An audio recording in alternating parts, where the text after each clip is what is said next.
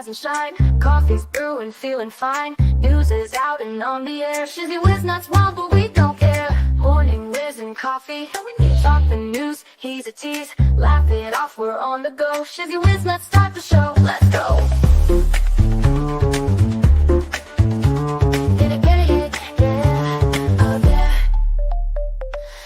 Spinning in the breeze, stupid jokes, he's such a tease. Sip the Java with a smile, pants are off but stay a while. Morning whiz and coffee, talk the news, he's a tease. Laugh it off, we're on the go. Shizzy whiz, let's start the show, let's go.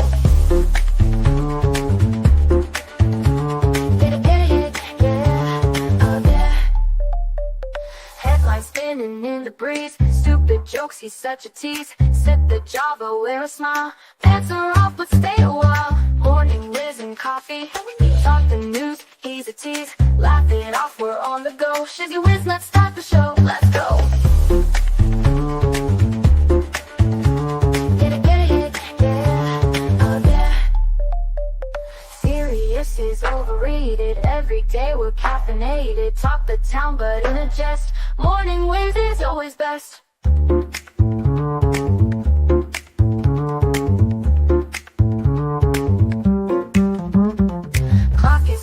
Time to run, morning show's a load of fun. Grab your mug, don't spill a drop. Laugh your ass off till you pop.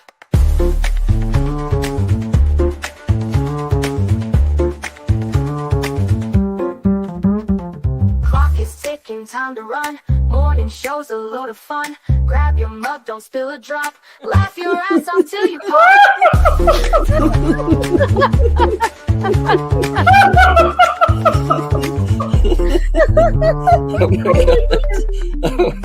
Oh my god, Shizzy breaks Larry.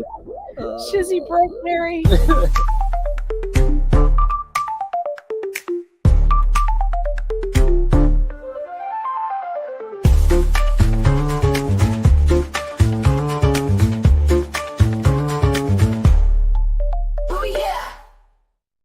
Good morning, everybody. I hope you're having a wonderful day. I hope you had a good night's rest. I hope you didn't stay up way too late like I did. I hope you're having a good day. It is good to see all of you here this morning. Man, oh man, oh man, oh man. It just, you take a break away from the news and the news just piles up like absolutely crazy. Just would not believe. I mean, first we'll pull up the AP here because I was thinking about this as I was pulling up all the articles I wanted to talk about today, and it just amazes me, just absolutely amazes me how bad the AP really is at reporting. Because they won't even cover things like this. They won't even cover things as such as this. This isn't even that big of a story. But think about this. Political castration of Joni Ernst. Eventually, everything in politics goes full circle. If you wait long enough, it all turns Ecclesiastes 3. Take Joni Ernst, the junior senator from Iowa, for example. She burst on the national stage pledging to cut pork in a very memorable way. When your opening line is, "I'm Joni Ernst, I grew up castrating hogs on an Ohio farm," not only do you have our attention, but you've got us squirming in our seats. Ouch. Before the castration spot aired, Ernst was struggling to raise money, trailing Republican frontrunner Mark Jacobs by several points for the GOP nomination. Conservative women, including Sarah Palin, found that, well, I wasn't too big of a fan of Sarah Palin, found the ad humorous, endorsed her candidacy, and helped Ernst build her war chest. Within months, she was the undisputed frontrunner, and in 2020, she was elected to her second term in the Senate. Unfortunately, there's a disease endemic to DC called turning native. For whatever reason, it seems to infect conservatives more than liberals. There's no known cure. Symptoms include sudden abandonment of traditional beliefs, invitations to trendy house parties, and oodles of donations from cabals of liberal bigwigs. Consult your doctor for more information. Over the past few days, Joni Ernst has emerged as a face of Republican opposition to President Trump's nominee for Secretary of Defense, Pete Hegseth. She stood in judgment of this candidacy and, according to media reports, found him lacking. As her own hometown paper noted, she strongly suggested that Hegseth is unworthy of being Secretary of Defense. This is the same Joni Ernst who voted in favor of Lloyd Austin, president of Biden's selection for Secretary of Defense. Look at this, brought by Charlie Kirk, says Joni Ernst and Lindsey Graham both voted to confirm Lloyd Austin, historically awful Secretary of Defense, and yet there are multiple reports that both are involved in a character assassination scheme to undermine the nomination of Pete Hegseth. Iowa Standard says, I have 3 names in mind for potential Joni Ernst challengers: a former 4th District congressman who was run out of D.C. by the same people who backed Ernst, 2 former state legislators, one who challenged Grassley in 2022, another who has been a key to Trump's Iowa. This is a novel development. In fact, it's unprecedented. For generations, conservative Republicans would talk big game back home, but then go native when they were elected to Congress. During election years, they'd put on their overalls back on, posed by a pickup truck, but all those years in between, they'd dress to the nines, hitting all the trendiest cocktail parties, cutting backdoor deals with Democrats. D.C. is a wonderful town for a squishy Republican. You're seen as one of the few good ones, and you get the John McCain treatment, fawning, adoring positive press, just as long as you never threaten their power base. During the 24 campaign, Make America Great activists changed the rules. Now there's a very high cost to going native, and the mainstream media can't cover for you anymore. Joni Ernst assumed she could leverage her concerns about Pete Hegseth to earn herself a higher profile, win liberal accolades, and perhaps snag a Secretary of Defense job herself. It's the oldest game in this house of cards. In the past, no one would have pointed out the blatant hypocrisy of hedging her support for Hegseth, yet enthusiastically backing Lloyd Austin, or how she's increasingly out of step with her base on key military issues, including the trans people in active service. Instead, Ernst would simply weaken the incoming GOP administration, elevate herself, score a few media points, and hope her constituents wouldn't forget about it when the next election rolled around. Under the old rules, they usually would. But today's Make America Great is making sure they won't forget. Check out the comments under Senator Ernst's tweet. They're absolutely brutal. And all you have to do is just look at the 2,000 replies. Whenever she says, Pete Hegseth and I will continue our constructive conversations as we move forward together in this process. We plan to meet again next week. At a minimum, we agree that he deserves the opportunity to lay out his vision. Well, let's see what those tweets are. Well, it's pretty glorious, because right here it says, Hell Catturd says, who in the F do you think you are? You had no problem giving piece of shit Biden his ridiculous Department of Defense pick. This isn't about you. You're a narcissist clown. You represent Iowa, who overwhelmingly want you to vote yes on the Trump picks. I mean, you've got Cernovich call her office. Hell, you've got the redheaded libertarian. So we're crystal clear. Blocking the will of the people does not by any way measure make you heroic. Only Pete. Nothing fair or honest about you. We're watching you. You cheated on your husband, so you're not without baggage, Missy. Look at you. You're a U.S. senator. Don't forget the nonsense out of your mouth. You are certainly delusional if anyone actually believes this. I mean, it goes on and on and on. So you said Pete Hegseth did what? And then, I mean, it just goes on and on. I mean, it is insane, the amount of people just lambasting her. And they should.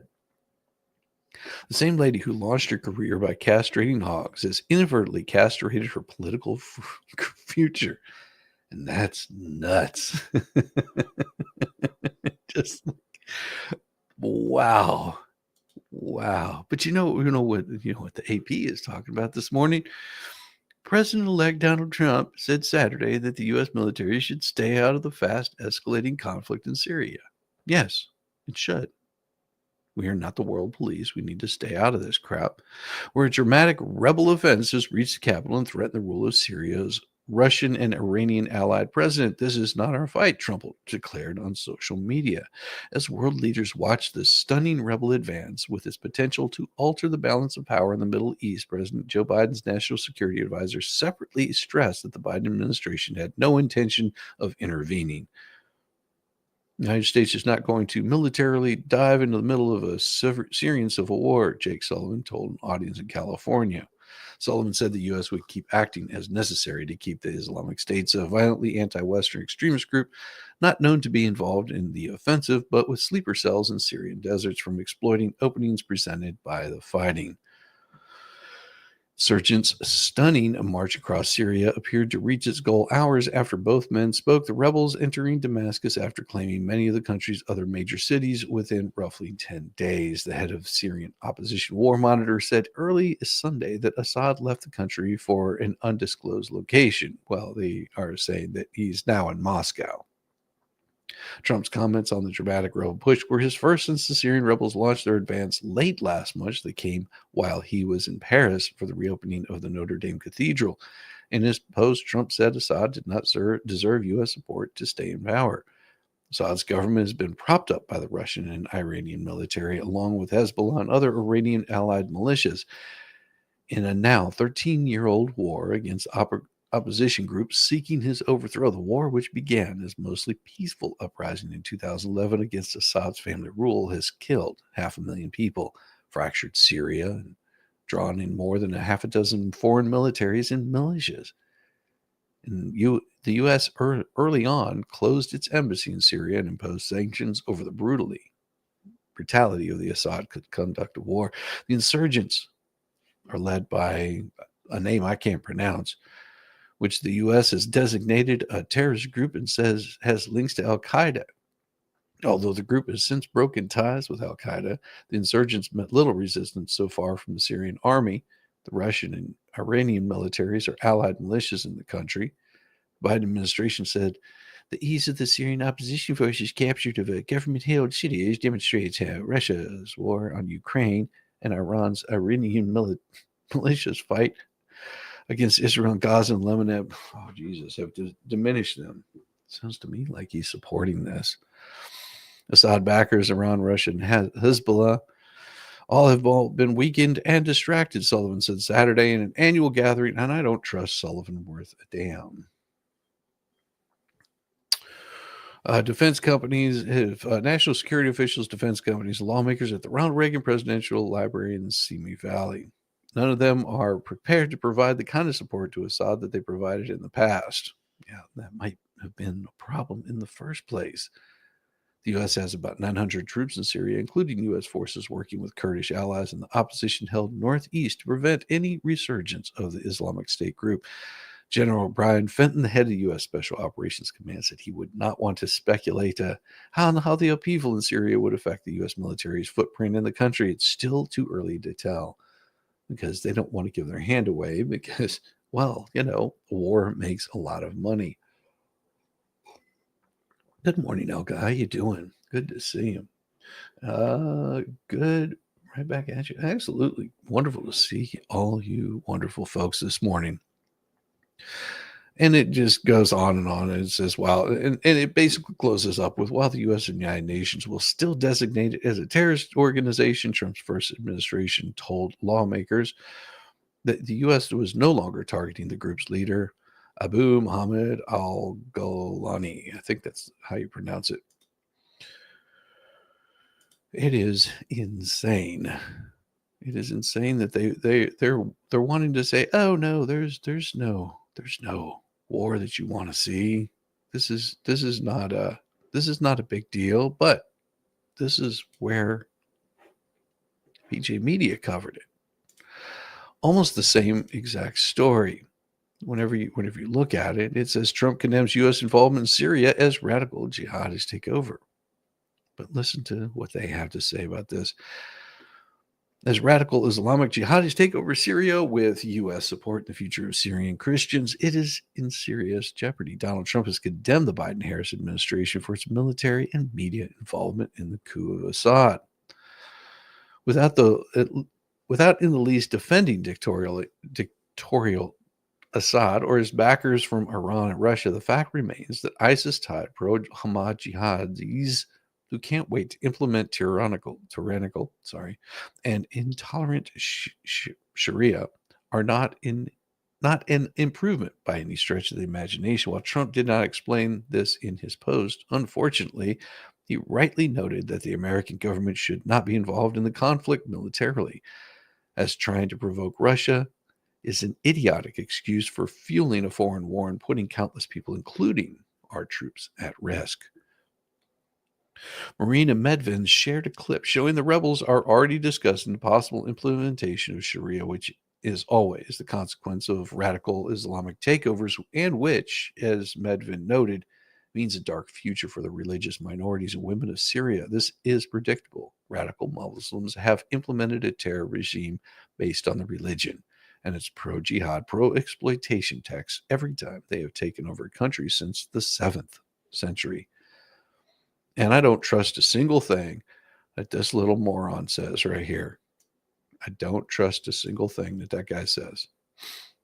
I have very little faith in that guy. One, I don't think he has the interests of America at heart. And also, he is not in America. I think he latches onto things, and I have very little faith in that guy. So I don't trust whenever he starts throwing shade out there on things. An Israeli account was one of those to cite unnamed Syrian forces to caution the release of dozens of Palestinians from the prisons of the deposed tyrant Bashar al-Assad, some of whom were members of the Palestinian resistance who were arrested for firing rockets towards the occupied Golan during the al-Aqsa flood. In other words, these Islamic terrorist rebels in Syria are releasing their fellow terrorists who want to wipe out Israel from prisons. As Breitbart's Joel Pollack posted, the Syrian rebel leader fake name is al-Golani. That is, he wants people to know that he claims to be from the Golan Heights, which is now Israel. So his target today is Damascus, but his target tomorrow is Israel. The regime's fall is great, no shortage of new bad guys. Trump's statement on Saturday emphasized some aspects of the crisis in Syria that pro-Hamas, pro-jihad American leftists would like you to not know. Opposition fighters in Syria, unprecedented mood, have taken over numerous cities in a highly coordinated offense and are now on the outskirts of Damascus, obviously preparing to make a very big move towards taking out Assad. Russia, because they're so tied up in Ukraine and the loss there of over 600,000 soldiers, seems incapable of stopping this literal march through Syria, a country they have protected for years. This is where the former President Obama refused to honor his commitment of protecting the red line in the sand, and all hell broke loose, with Russia stepping in, but now they are, like possibly Assad himself, being forced out, and it may actually be the best thing that can happen to them. There was never much of a benefit in Syria for Russia other than to make Obama look really damn stupid. And in any event, Syria is a mess, but this is not our friend. The United States should have nothing to do with it. This is not our fight. Let it play out. Do not get involved. Trump is absolutely right. We have no business endangering our American soldiers, Syrian Christians, or anyone else by fueling color revolutions overseas. Don't forget, Obama's meddling in Syria resulted in the creation of ISIS. Hopefully, Trump will end such reckless behavior. Yeah, wait a second. Who had what? What the hell are you guys talking about? I hope you guys are not talking about drugs in my chat, because if you're talking about drugs in my chat, I may have to smack you. Just saying. We don't promote that kind of stuff here. Just saying. And of course, we have this story here that says, interesting times. Assad's Gestapo didn't clean up before they fled. Interesting times. Apparently, Assad's security apparatus didn't destroy the records on the way out of the door. Of course, this is written by Charlie Martin. He says he wrote not long ago the consequences in Germany after reunification when the Stasi records weren't successfully destroyed and the German people got a hold of them. I suspect that recollection has a lot to do with why so many entrenched bureaucrats are so opposed to Gabbard, Ratcliffe, Hedgeseth, and Patel.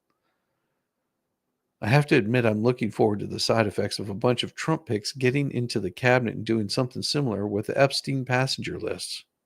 The other 30,000 hours of tapes from the Capitol insurrection and the records of the extensive wiretapping and surveillance of Trump and the Trump campaign.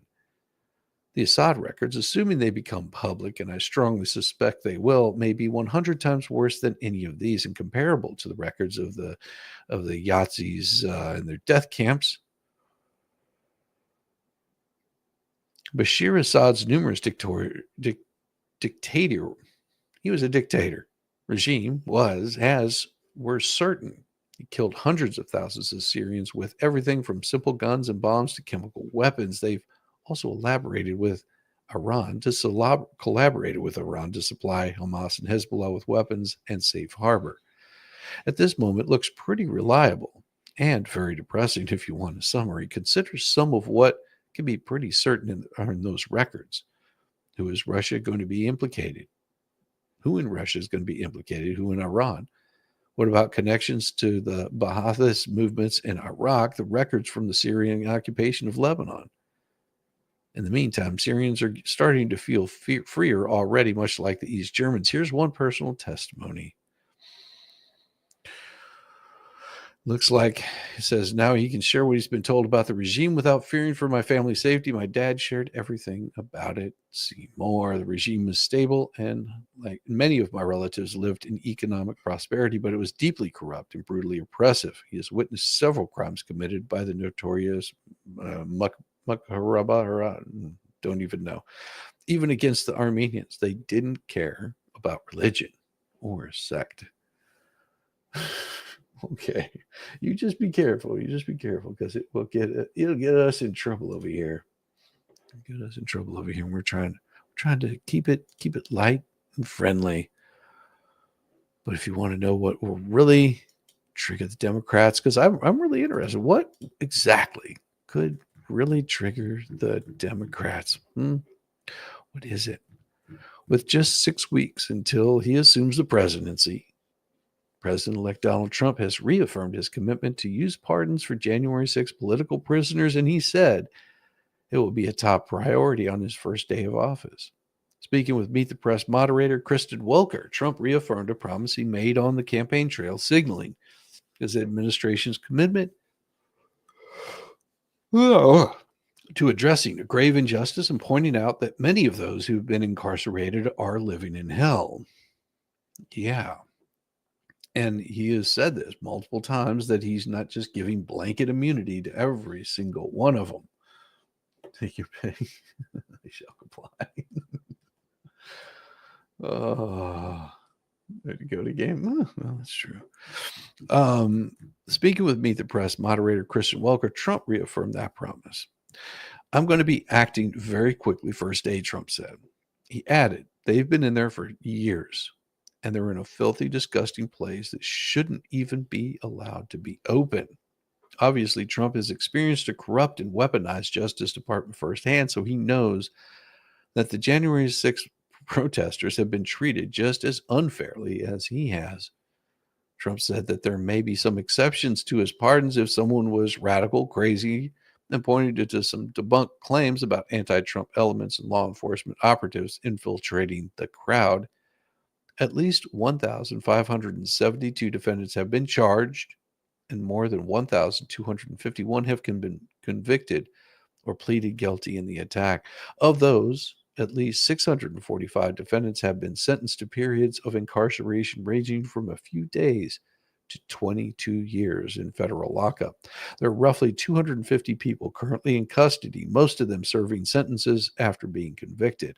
A handful are being held in pretrial custody at the order of a federal judge. He even pointed out that some individuals who pleaded guilty to assaulting police officers were likely coerced into their confessions because they had no choice, Trump said. I know the system. The system's a very corrupt system, Trump explained to Welker. They say to a guy, you're going to go to jail for 2 years or for 30 years. And these guys are looking. Their whole lives have been destroyed. For 2 years, they've been destroyed. But the system, it's a very nasty system. Trump has blasted the bipartisan January 6th committee, accusing its members of lying and destroying critical evidence, including over a year's worth of testimony. Last year, Representative Barry Loudermilk revealed the January 6th committee deleted more than 100 encrypted files and failed to preserve up to 2 terabytes of documents before the GOP gained House control. Earlier this year, Loudermilk announced that the House may refer members of the January 6th Committee for Criminal Prosecution. The January 6th Committee, chaired by Representative Benny Thompson, is also accused of doctoring evidence. Trump condemned Thompson, former Representative Liz Cheney, for promoting false narratives, calling their actions a major crime, and suggesting that they should face jail time.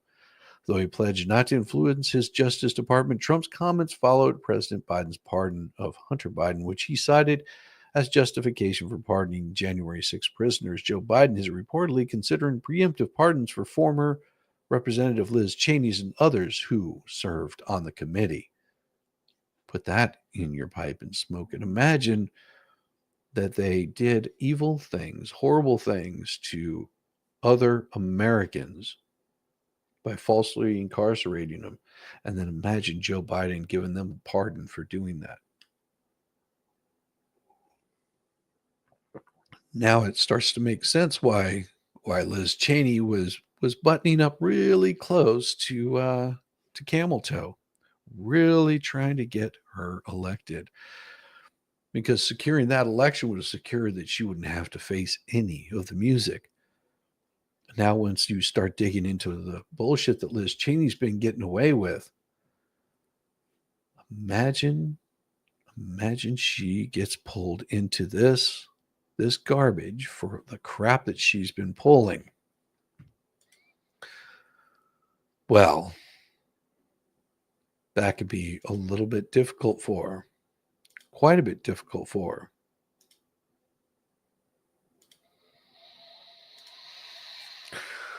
Oh boy. Wow. Yeah, here we go. And then of course you have this one here that's rather interesting, is Biden White House isn't blaming Trump for his pardon of Hunter, it's blaming this guy instead. Old Joe Biden, he's deeply proud, oh so deeply proud of being a member of the Biden clan, as he has made clear on numerous occasions when he's guaranteed the veracity and some statement, usually a whopping lie, followed it up with "my word as a Biden." In reality, however, being a Biden has come to mean a total evasion of responsibility and the determination to blame someone else for one's failure when not denying outright that they were failures at all.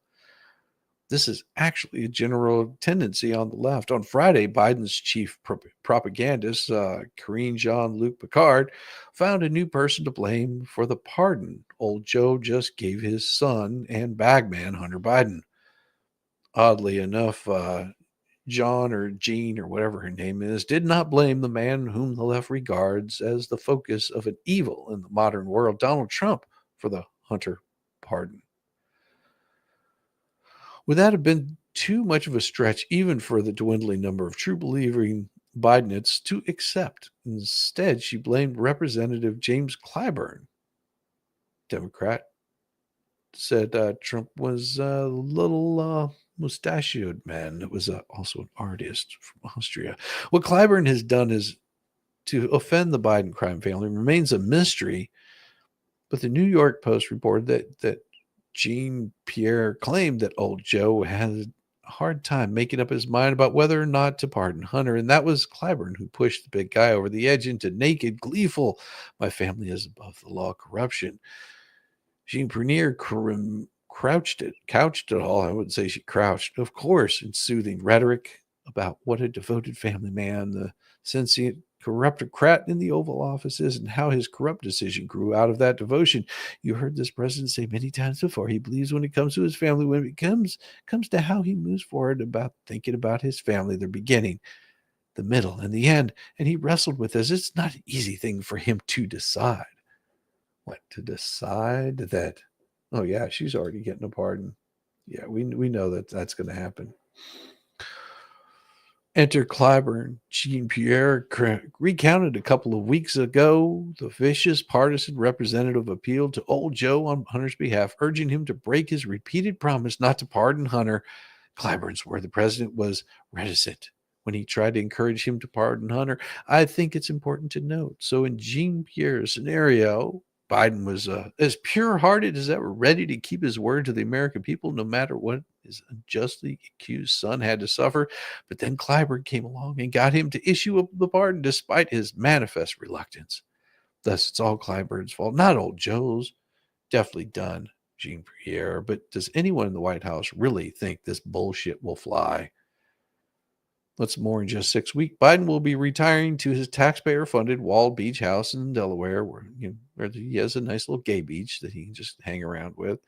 He has no political future, so why is the White House throwing Clyburn, who has been a loyal water carrier for the Biden-Harris regime's sinister left's agenda, under the bus at this late date? Well, there doesn't seem to be anything they can gain by doing so. It's just a habit at this point. Old Joe must make it look good at all costs.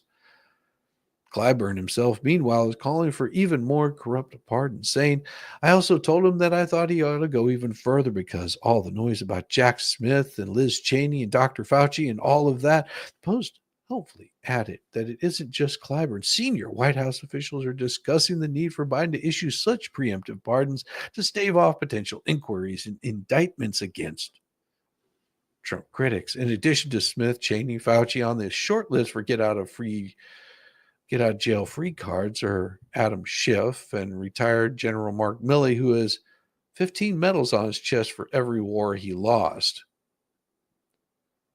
Clyburn, however, is magnanimous. Asked if he would support a pardon for the man he is likened to Hitler, Clyburn replied that he would.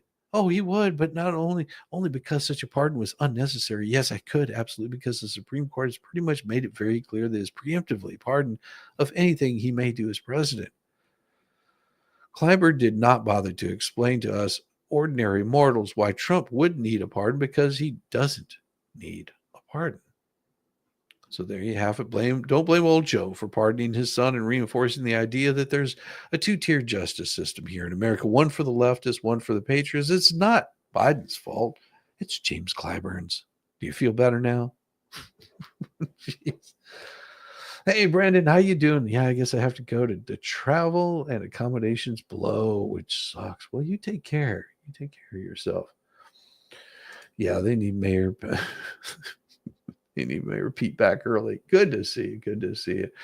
Is he going to pardon Fauci? Oh yeah, yeah, yeah. You don't realize the people that kept you under lockdown for what was it, 4 years? They kept you under lockdown. Well, they'll get pardons. The people that promoted wars in other countries, that they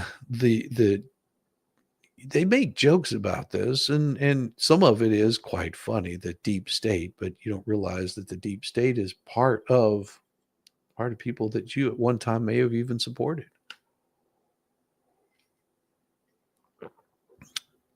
Yeah, crazy, isn't it? Hard to think that that's how it really works out, but unfortunately it does. I mean, if you thought that everything was chill,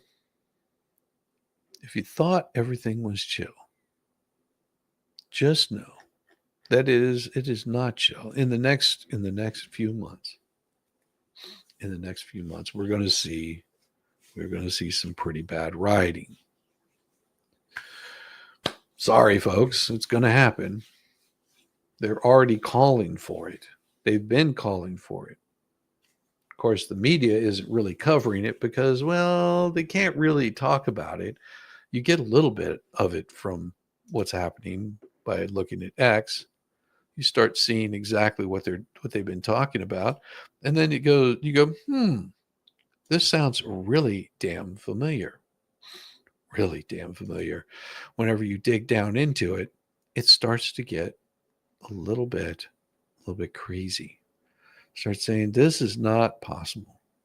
It can't be possible. Can't be possible at all. This would never, ever happen. But this, they're already preparing you for it. They are already preparing you for it. BLM calls for riots over Daniel Penny manslaughter charge being dismissed. Here, listen to what they have to say in their own words. I'm the co-founder of Black Lives Matter Greater New York.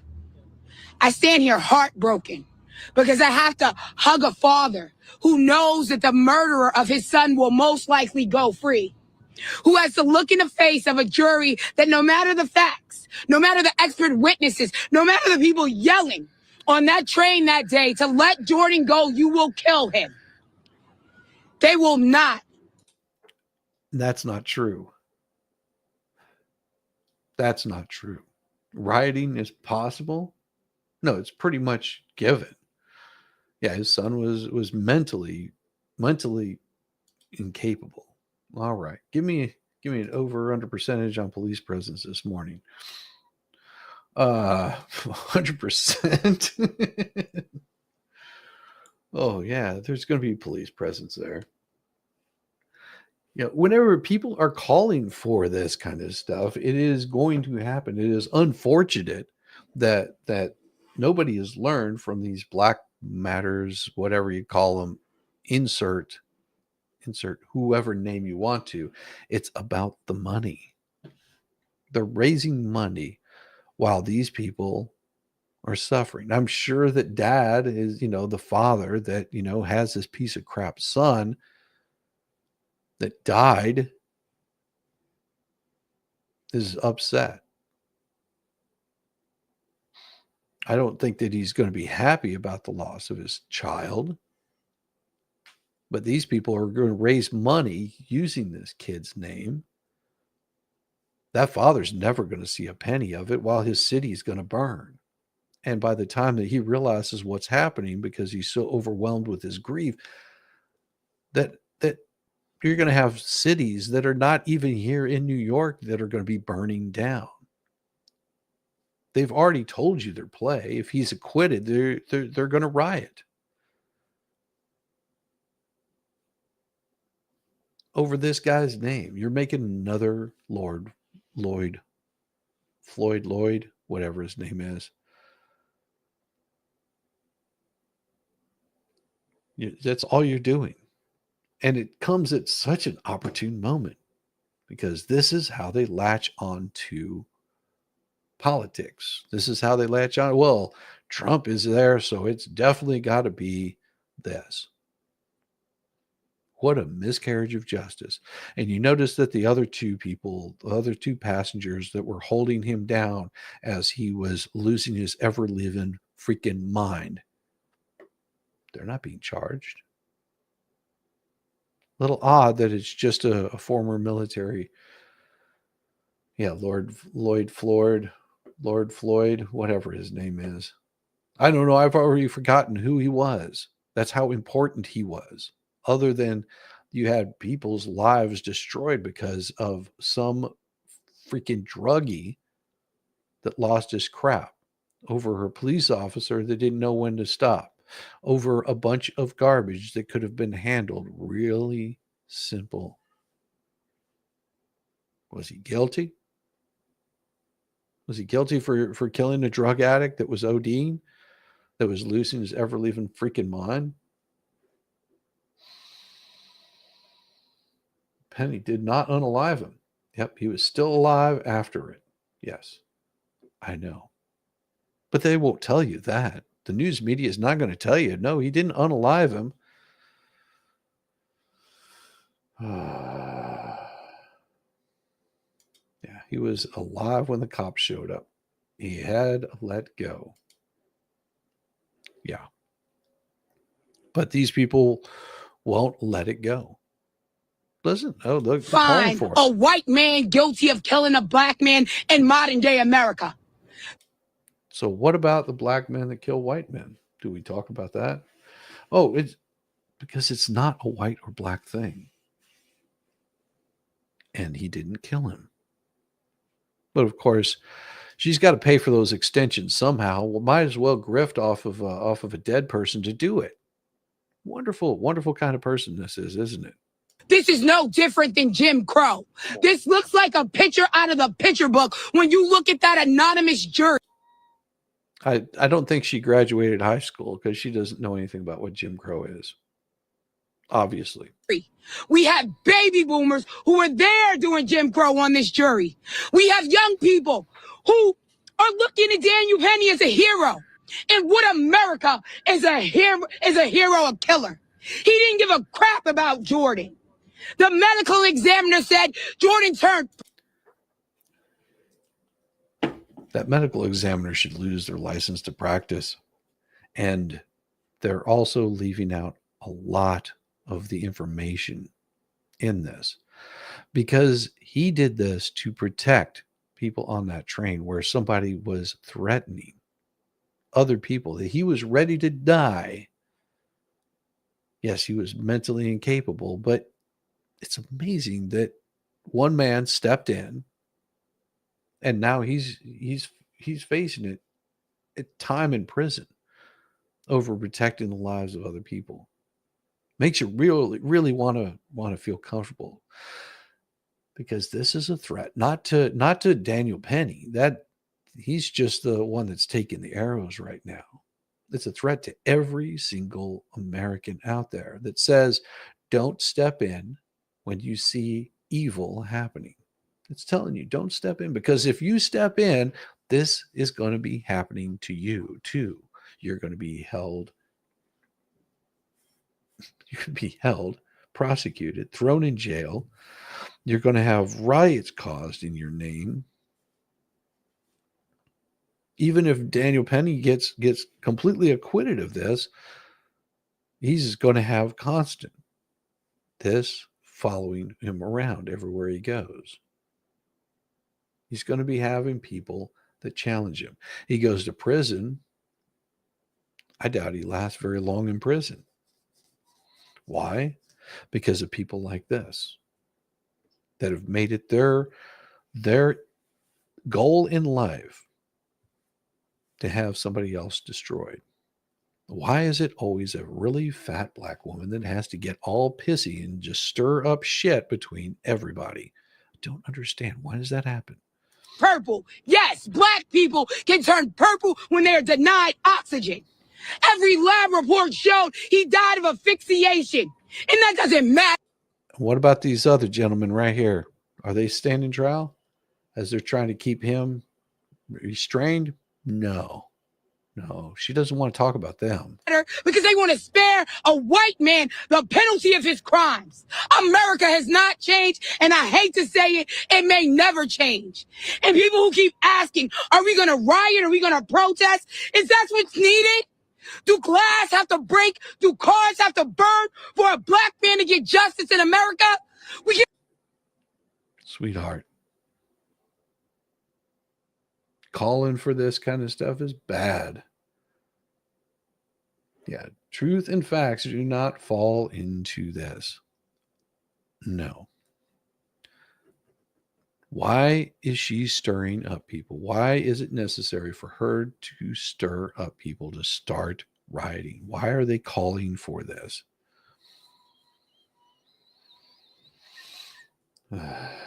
That'll never happen. That'll never happen. Jesus, it's going to be a long day. Yes, it's going to be a long day. Good morning, Amos girl. Calling for riots should get you thrown in jail. Yes, it absolutely should get you thrown in jail, but that won't happen. That won't happen. As it's been shown, this is a two-tiered justice system. We can't show up with peace. We can't show up with facts. We can't show up with evidence and witness after witness. You give us nothing.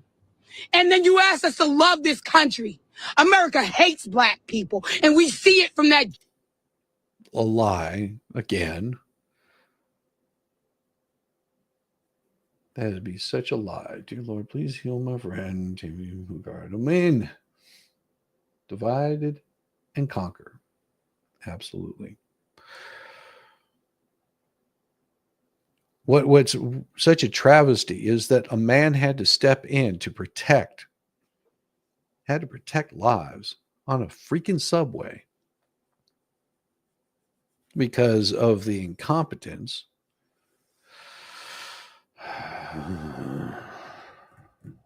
Jury pool. A black man was lynched, and his name was Jordan Neely. And the co-founder. Really? No, Jordan Neely was losing his ever-loving mind, and he would died of a drug overdose. This is so horrible. So horrible.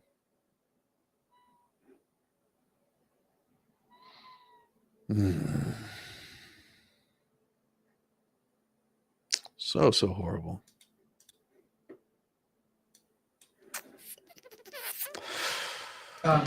When you're standing there at the lectern, you are White House Press Secretary speaking on behalf of the president, conveying his thoughts and views of the administration. And it's for that reason that you said on his behalf all those times that he had no plans to do what he did on Sunday. Has he expressed any regret to you directly, personally, for having put you in this position and now having to go back? Look, I understand this question, and you started off, I think the way you started off the question is basically how I feel, right? And I think all of us who work in this administration, I work for the president, I speak for the president, I comment on behalf of what he feels and thinks, and that's my job.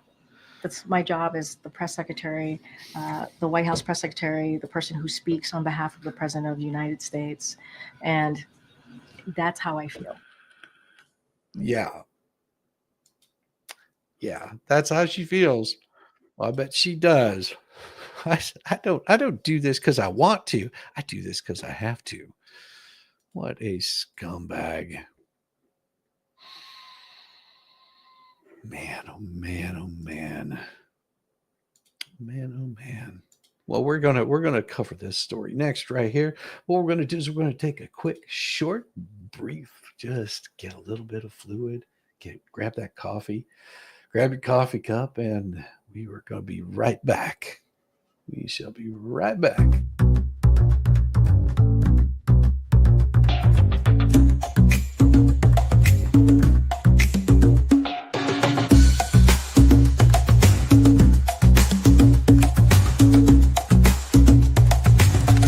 Shizzy, when it's chat we thrive, where Shizzy does dance and memes arrive. No quiet moments, no dawn night. We laugh and funny sight. Oh, Shizzy's crowd, you're wild and true, with crazy gifts and jokes that flew.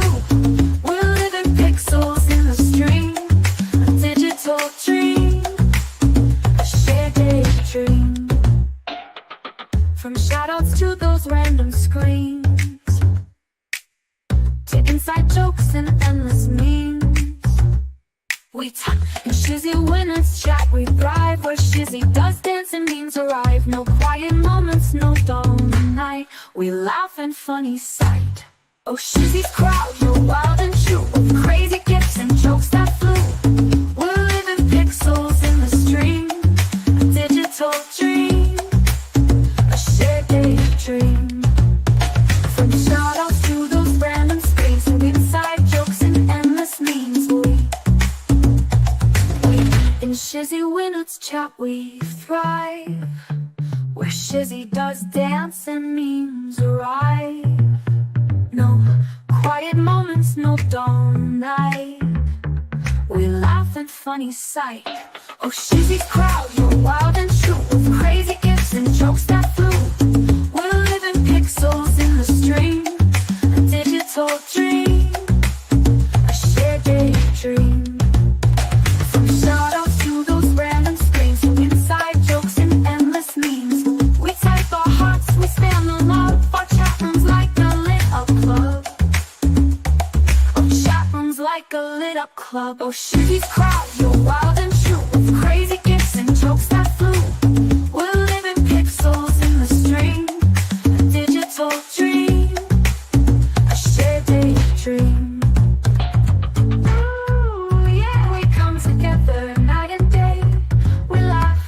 We play in our own way, a family in a cyberspace, loving hearts in this virtual place. Oh, Shizzy's crowd, you're wild and true, with crazy gifts and jokes that flew. We're living pixels in the stream, a digital dream, a shared daydream.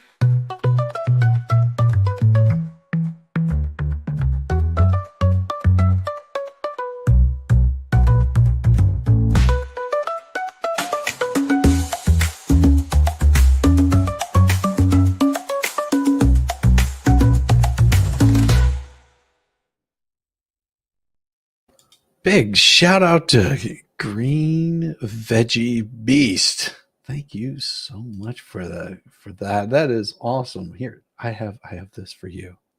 For that beautiful $10 super chat. This is just for you. You stick in your 2 fingers like this, and then place your thumb on top like so. That will increase the pleasure.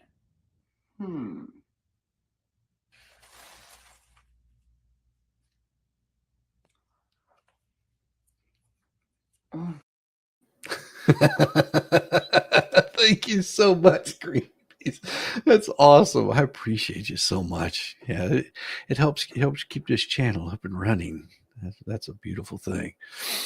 On Thursday, the University of Michigan announced that it will no longer solicit diversity statements as part of its faculty hiring, promotion, and tenure. Indeed, the writing is on the wall. Donald Trump suggested including reforming the accreditation system and taxing, fining, and suing universities that rely on diversity, equity, inclusion for faculty hiring. Because why? That right there would mean if you're relying on that, it starts making it everything that the left have been screaming about everybody else, saying, "Oh, they're not being diverse, they're not being equitable, they're not being inclusive." But it's exclusive. Because if you're basing this not on the level of their skill, but on the color of their skin, it becomes what do we call that? Racism. There's civil protections in order, and those are being totally destroyed every time that you're mentioning this diversity, equity, and inclusion. Just pass an anti-restraint pro or low so that everyone knows the state wants to help, not to help them out, their fellow citizens. Exactly. According to National Review, University of Michigan, a school that was a vanguard of institutions that wholeheartedly embrace these DEI principles, spending lavishly on DEI offices, filling them with DEI radicals, has withdrawn its support of DEI statements in hiring faculty. The Board of Regents is also considering other DEI changes that make the board announcement about DEI statements in hiring and promoting faculty a watershed moment, according to the New York Sun editorial. DEI programs did not make the campuses more diverse and only bred fear and resentment among students of different races and ethnicities. The immense effort by Ann Arbor School to foster a so-called diverse and inclusive environment was documented in the Times expose. It found that the school since 2016 spent about $250 million to enact far-reaching foundational change at every level in every unit. It cites a 2021 Heritage Foundation report, which reported that Michigan at the time boasted the largest DEI bureaucracy in any public university by far. The Times also concluded that DEI policy overhaul was, to put it lightly, a failure. Black students at Michigan expressed their dissatisfaction with the new program, calling it a well-meaning failure. It did little to advance the enrollment of Black students, which hovered stubbornly at 4%. Scores of students said that they became less likely to interact with people of different backgrounds or races the program was rolled out. We all know that the left hates to retreat. They're going to fight tooth and nail to maintain DEI programs for exactly the reason that the right criticizes the programs. They stifle free speech and the freedom of thought on campuses, giving the left ideology supremacy by default. Required DEI-themed statement for hiring, promotion, tenure, or admission is nothing short of compelled progressive speech that will be weaponized against those who are deemed inefficiently left-leaning. Hopefully, the lack of such forced ideology declarations will allow a greater range of opinions to flourish on campus. But though we're glad to see the University of Michigan pursue the right policy, there's plenty more work that needs to be done. DEI is the cornerstone of woke ideology. The University of Michigan recognized this when they attempted to defend and redefine the term woke to justify keeping the most of those DEI programs. Myth being woke limits free speech. The DEI office wrote in an Instagram post last Friday. Fact, woke means being aware and attentive, not limiting speech. DEI at U and M values open dialogue and understanding, creating spaces where diverse perspectives are shared and discussed freely during events and programs. The comments to that Instagram post were revealing, to say the least. Why is it the woke side of things pushing censorship so hard? Why are woke activists trained to shut down speech they don't like when commenter asked? Retired Harvard professor Harvey Mansfield, for example, wrote in a 2023 op-ed, The Harvard Crimson, to graduating students, in which he stated, "Is anything lost by being woke? Yes, let me suggest there is. Instead of arguing the point, one begins to search for the character defects and pounce whence they're found. You blind yourself by taking offense. Because you're doing so, you are led to simplify the justice you think is so unquestionable instead of thinking about what justice might require. You try to shame opposition out of existence." Now, things aren't going to change overnight. The left has spent a generation rewiring the brains of many young people, and pulling that wiring out was only part of the solution. Can students be taught to think freely? Well, that does remain to be seen. Yes, I know. I still have my banner up and it's driving you guys nuts. Good morning, Miss Heidi. How you doing? Good morning, Tammy. Good morning, Tracy, Goldfinger, and anybody else that I may have missed. Welcome to the morning streams. This is where you get to hear all that I can possibly find. This next one I have to be really careful with covering because I'm sure it's a touchy situation somewhere along the way. And you never know what's going to happen with it. It doesn't get any lower than the leftist outpouring of cheering over the death of an insurance CEO. Insurance executives are unlovable people. They're easy to hate, easy to mock, easy to spit on if you ever see them in public. But to blame them and wish them dead for the company's not covering a procedure or an operation is not only ignorant and illogical, it's beyond the pale of a civilized behavior. We don't countenance killing people for any reason beyond that which the law allows. Holding an insurance executive responsible for anyone's death presupposes that, one, he personally knew that the denial of the procedure would result in the death of the specific patient, and two, there was no compelling reason to deny authorization for the procedure. Ignorance about how insurance company manages claims is widespread. Perhaps if we knew that insurance fraud cost businesses and consumers more than $300 billion every year, we might look to understand some of the reason claims are denied. Whatever those reasons are, only barbarian cheers the death of someone for any reason. Taylor Lorenz, the former Washington Post columnist and current podcaster of some note, appears to be playing the role of Brunhild in some Norse saga.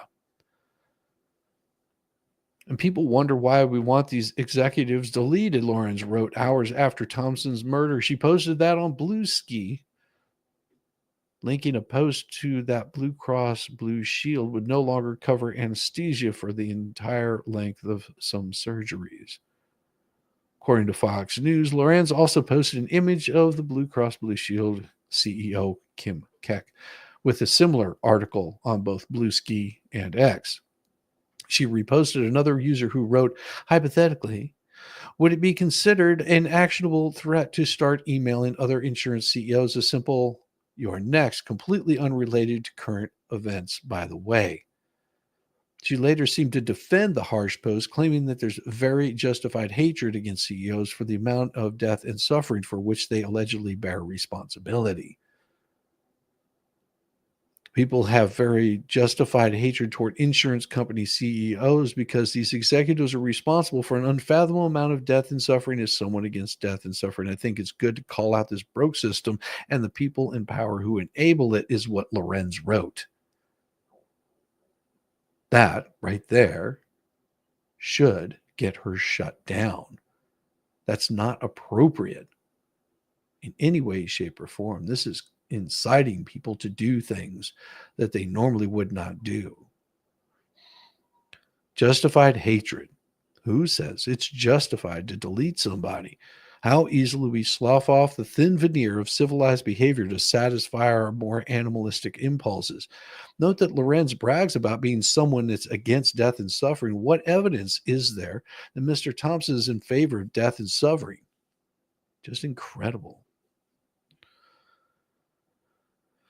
Nia Prater of the New York Magazine interviewed about Thompson's deletion and has discovered a well of hate so deep that ordinary people expressed a desire that other insurance company executives would meet the same fate. Today, we mourn the death of United Healthcare CEO Brian Thompson, gunned down. Wait, oh, no. They wrote, I'm sorry. Today, we mourn the deaths of 68,000 Americans who needlessly die each year so that insurance company execs like Brian Thompson can become multimillionaires.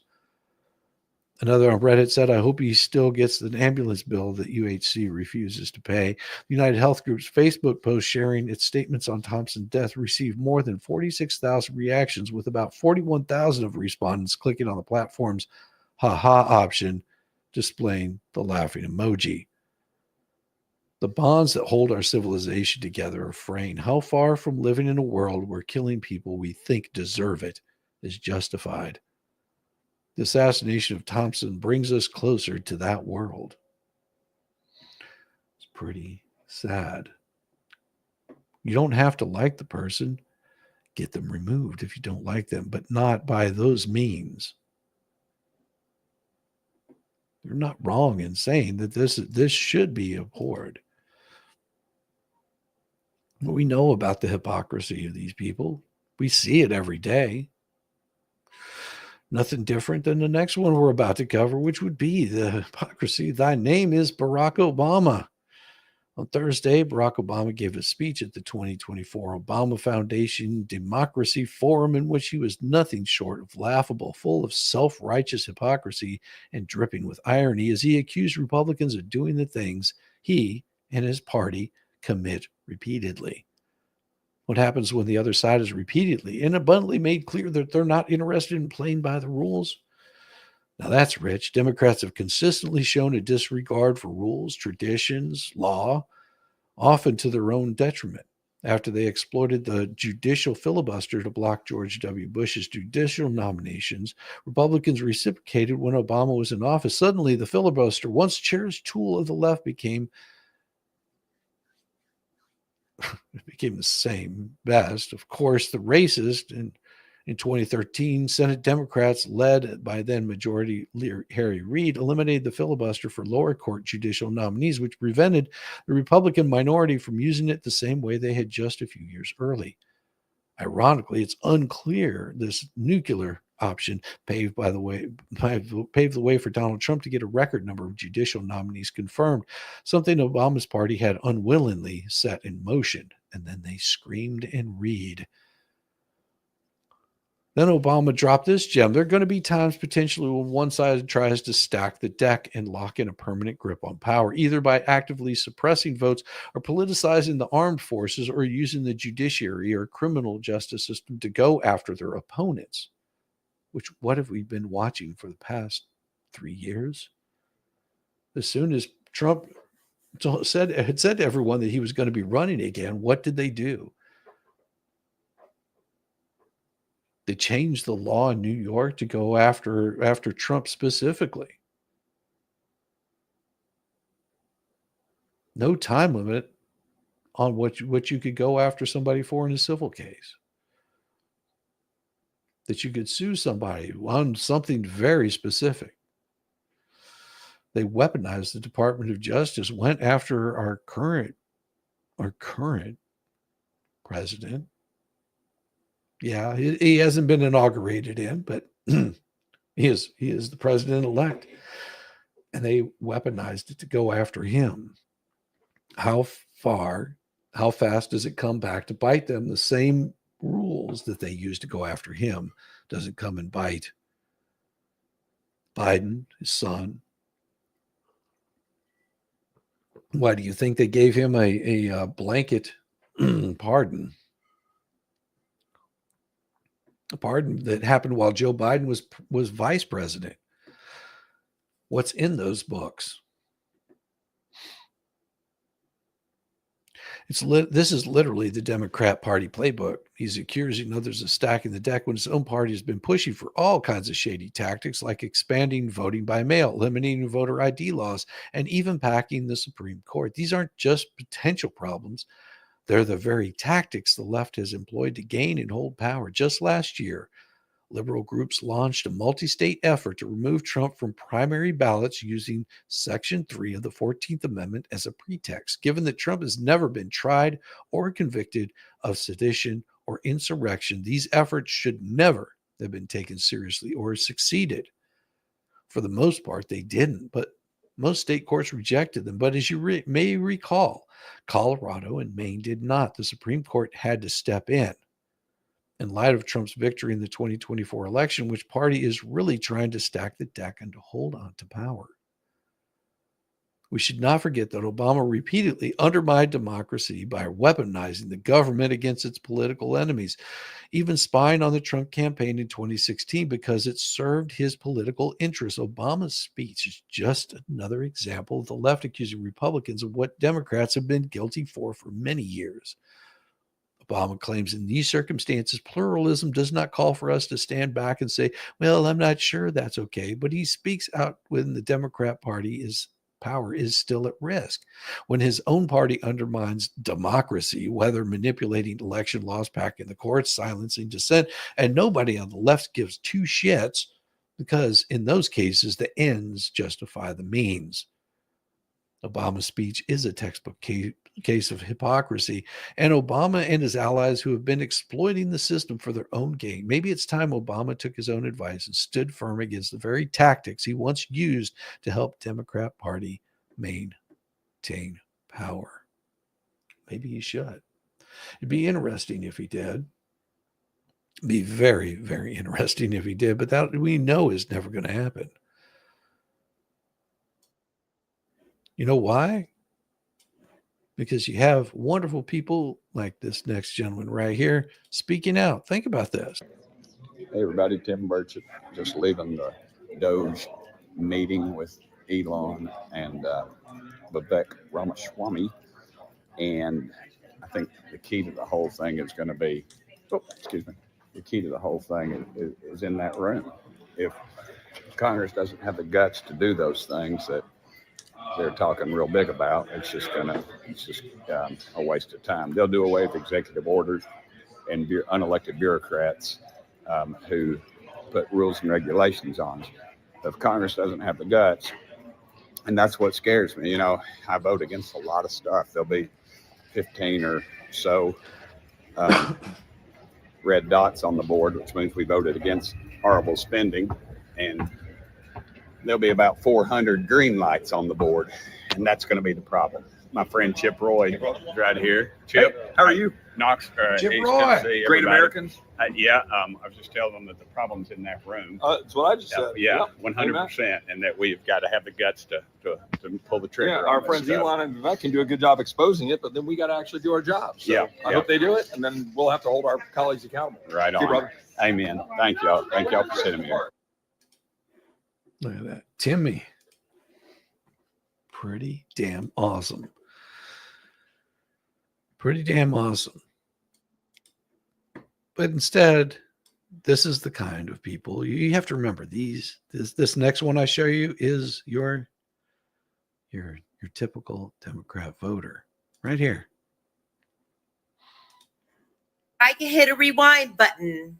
I would go back to 2020 and I would demand that these MAGA be allowed to go into those intensive care units where they could hug and kiss on the lips their contagious loved ones and slobber all over them and breathe in their final breaths. Why is she wearing birth control glasses? I don't understand this. Are those making a trend back again? All of them. Every one of the MAGAs. I'm on your side, girl. I swear you deserved to go in there where your mother-in-law was and give her a big old hug. You deserve that. So Next time there's a contagious, deadly disease, I'm going to hit you up and I'm going to let you know who you could go hug that has that disease. Because you deserve that hug. Hopefully it's like plague or Ebola. You could just hug all over. Yeah. That's unfortunate. That's unfortunate that there's people like that.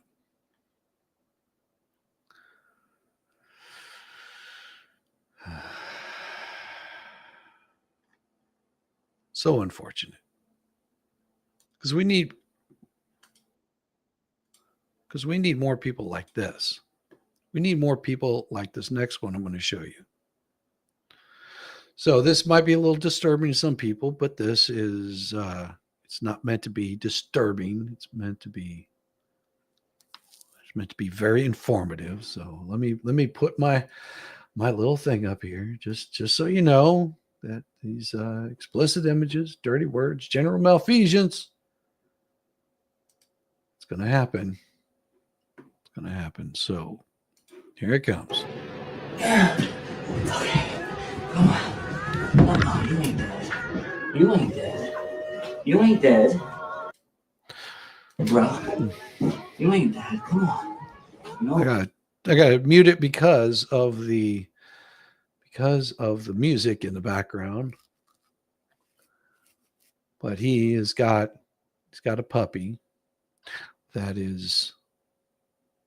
was stillborn, and he's going to massage that puppy back to life. He's there pulling out all of the fluids to get this puppy back to breathing.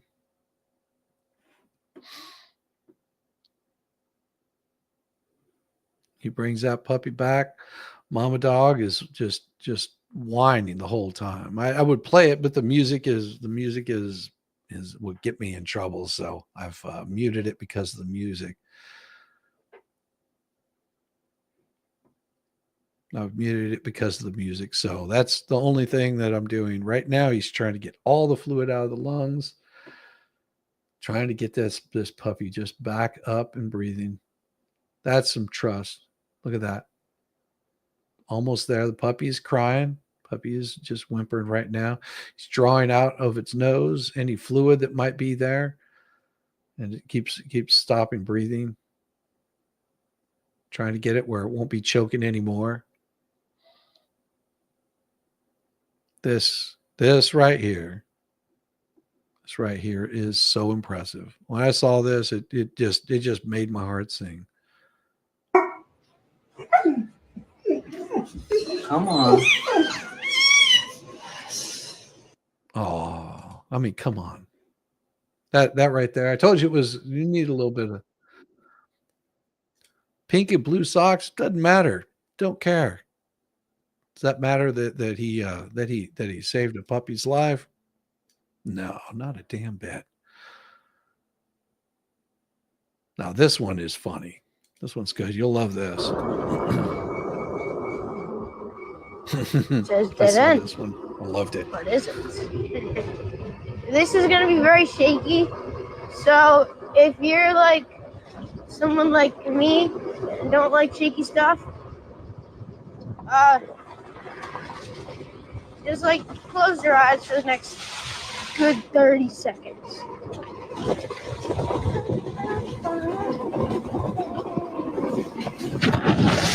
Holy shit! Oh my god!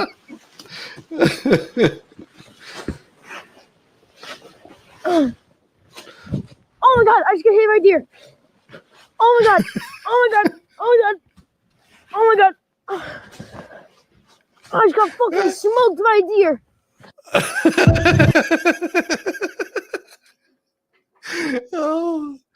Oh, that one made me laugh uncontrollably. But not as much. Not as much as this next one made me laugh. This one really made me giggle quite a bit. ugh. It's just like, Walter's like, ugh. Yeah. Yeah. People don't realize how heavy a deer is. They're like, oh, they're so cute and lovable. Until you get hit by one. Way to go, dumbass. Yeah, this next one's gonna. I don't know. I sort of got a little bit of a kick out of this next one. It was like you guys. We talked about this on Friday and said, hey, who would be so stupid as to do this? Well, you're about to see who would be so stupid. Here it comes. Our new tonight, viral sensation Haley Welch, best known for her off-the-cuff comment regarding filleting a man while using her spit that then propelled her to mega celebrity and is surely an indictment of the stagnation of our culture, is under... By the way, this is AI. Just so you know, she didn't say this. Oh, it's totally AI. Sorry. I'm not going to play that because that'll get me in trouble. But yeah. It's pretty damn funny. It's yes, lady. Yes. Sorry, I had to play that. Oh my God. Sorry, that was pretty good. No, I loved this one here because we showed this man a minute ago. And this is going to be glorious. You're going to love it right here. What do you use semi-automatic weapons for? I use semi-automatic weapons to kill hogs. I use semi-automatic weapons for sport and shooting on our property, but I also have semi-automatic weapons, and I'm getting to the point. Thank you. Because semi-automatic weapon is a weapon that you can use for self-defense. It is a semi-automatic weapon that you can use to defend yourself against home invaders, but also, let's be clear, against tyranny.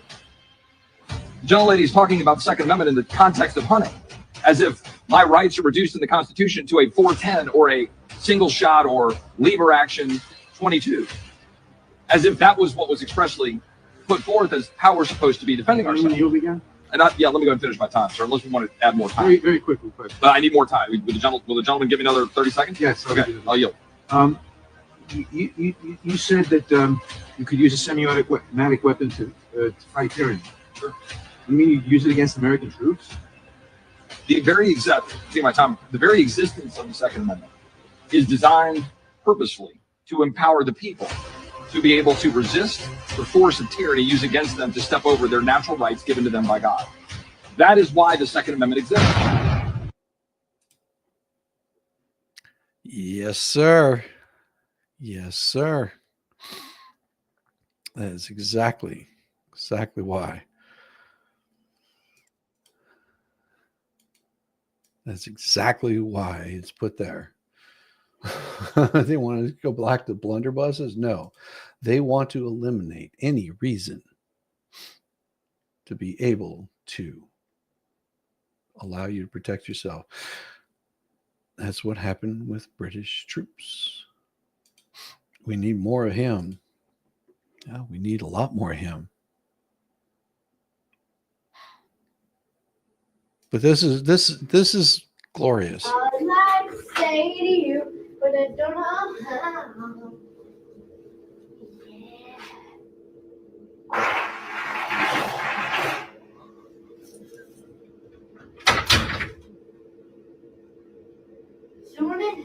Yeah.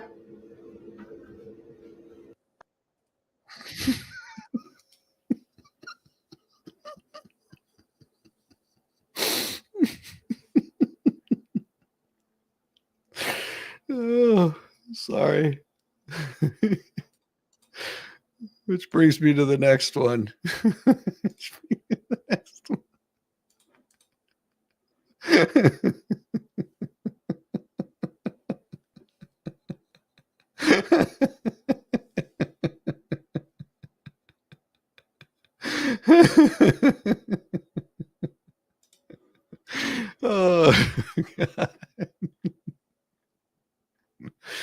Oh, God. That makes me laugh.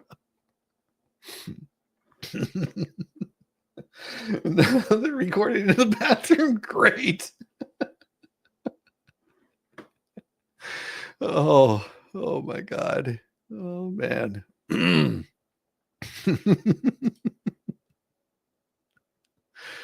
Oh my gosh.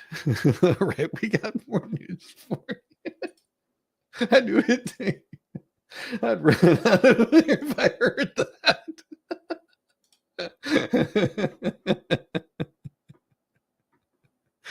Oh God, that'll put a little jiggle in your giggle. Notre Dame appearance was way more significant than you think. The reopening of Notre Dame Cathedral on Saturday was more than a celebration of architectural triumph.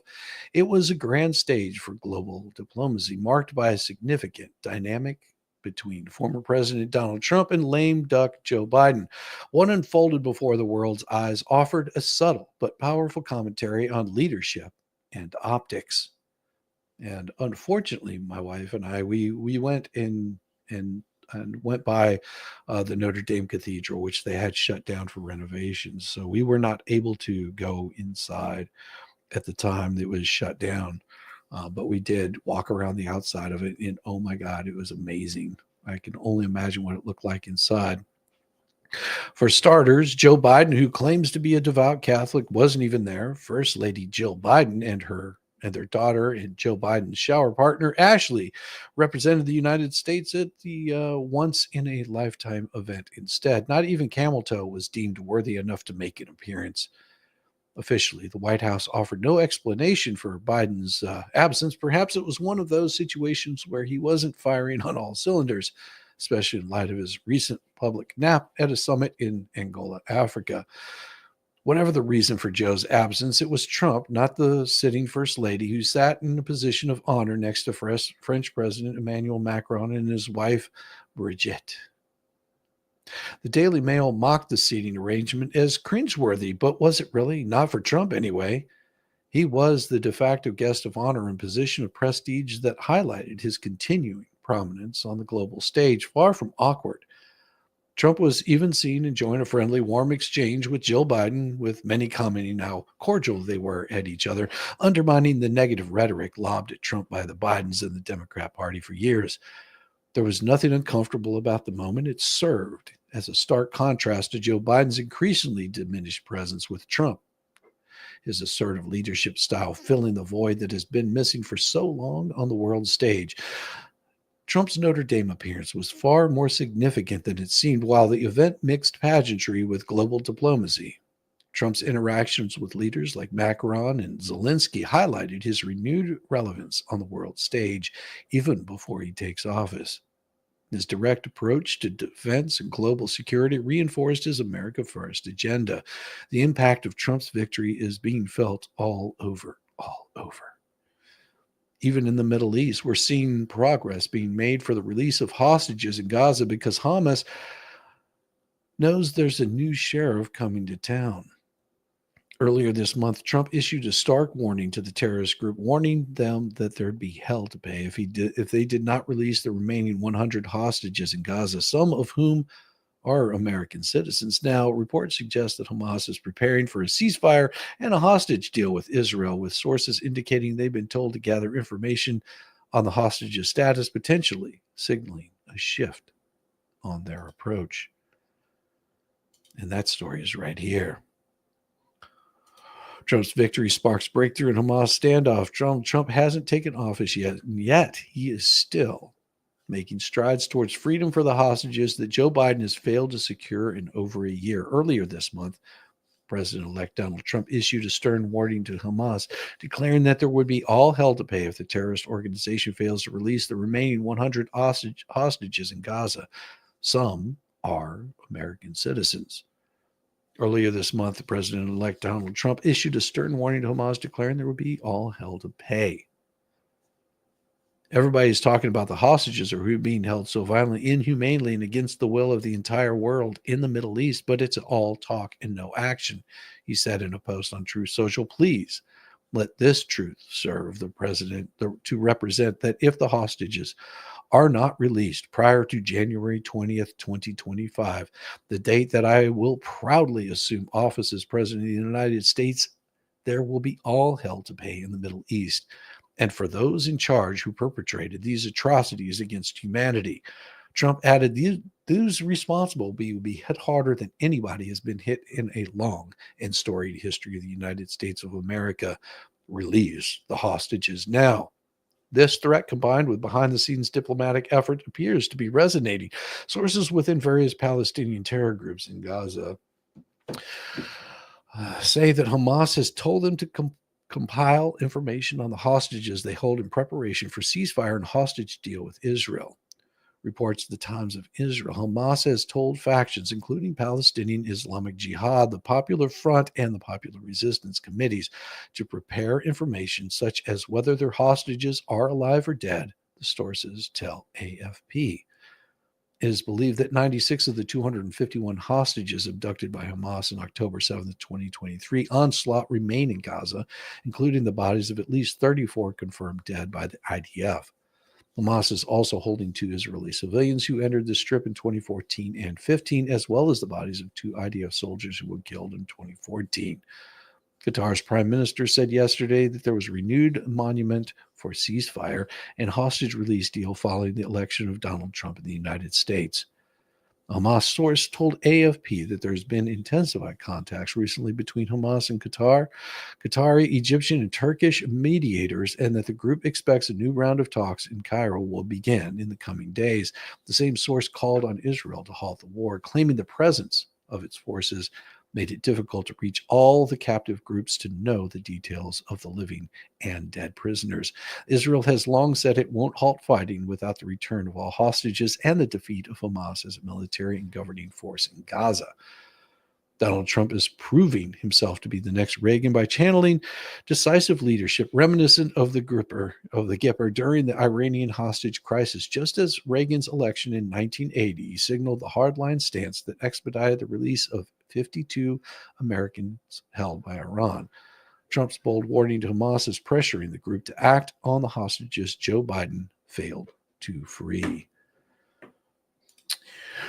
Good morning from Nova Scotia, Canada. Love your mix of news and fun. Well, thank you. Thank you. Good morning, Ali. Good to see you. How you doing? It is wonderful. I try to keep it a little bit lighthearted over here at all times. I mean, it's supposed to be fun. You should wake up in the morning and feel the pain along with me of waking up. Oh, the suffering, the pain, the suffering. But I do have this.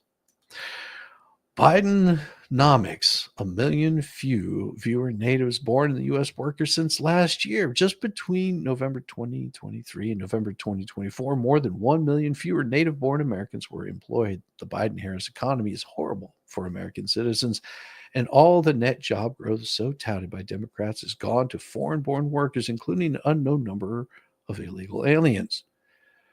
Thank God Donald Trump is coming back into office, because American workers so badly need a president and administration interested in protecting, promoting their interests, rather than bringing in the largest number of illegal aliens willing to work for low wages. Job numbers for November 2024 have come out from the Bureau of Labor Statistics, and they tell a sombering tale about how American workers have actually lost jobs, not gained them, in total contradiction of the Democrat propaganda. Heritage Foundation's economist E.G. Antoni shared a chart from the BLS on December 6th explaining there are now 1.1 million fewer native-born Americans employed than a year ago. All net job growth has gone to foreign-born workers, totally just over 400,000 since November 23. The BLS chart shows the major drop for the native-born workers and the rise of foreign-born workers' employment. It's difficult to know exactly how many illegal aliens are taking jobs that could otherwise go to American workers, but in February, the New York Post estimated that up to half of the illegals taking millions of jobs from blue-collar U.S. workers were likely illegal. And that's outrageous. America has always been a nation of legal immigrants, but illegal aliens have no business being here or working here. As of that same month, February 2024, over 7 million illegals have entered the U.S. thanks to Joe Biden, camel toe Harris's open border policies, a number greater than the population of 36 different states. Many more illegals have come in since, making an already tough job market even more difficult for Americans. In short, the economy under Biden has been a catastrophe. But we all know that from our own experience, and Tony called the Daily Caller, Biden's economic legacy, besides a 40-year high inflation and record debt, could perhaps best be described as transforming the American labor market into a temp agency for foreign workers and government bureaucrats. Government employment has increased recently under Biden, but that sucks up more taxpayer money than we can't afford, and it doesn't fuel the economy. And Tony added that Biden has left behind blue-collar America to import new blue voters. As long as Democrats can rig elections illegally in their favor, they couldn't care less how many Americans suffer. That's why there's no concern among Democrats about the illegal alien crime wave. As we know all too well, the Biden-Harris administration, the whole Democrat Party leadership always put Americans last. Hopefully by this time next year, native-born workers will have seen a rise in employment under the new Trump-Vance administration. But then you get idiots like this next one that tells you, buy a lawnmower. So your lawn maintenance is about to skyrocket because 90% of workers in the lawn maintenance industry, they come from Mexico. And whether they're here legally or not, Stephen Miller, who Trump's going to put in charge of his mass deportation project, is going to deport them. They're also going to deport people who are naturalized citizens. These are jobs that Americans will not do. Really?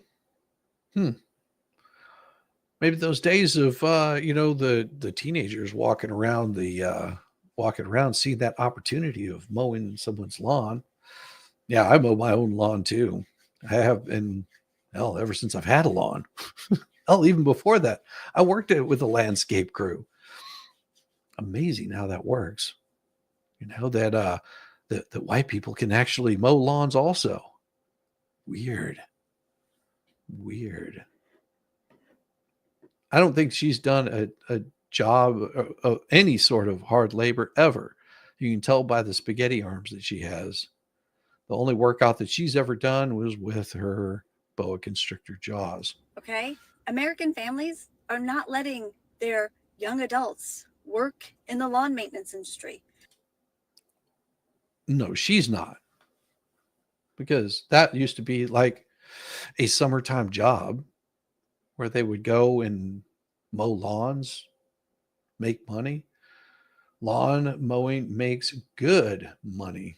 Yeah, lawn maintenance makes really good damn money. This year, my first mowing, but I did lose 30 pounds. Exactly.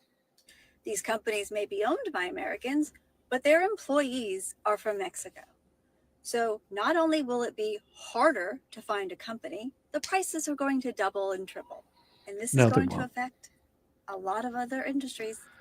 No, the gas prices affect a lot of other industries.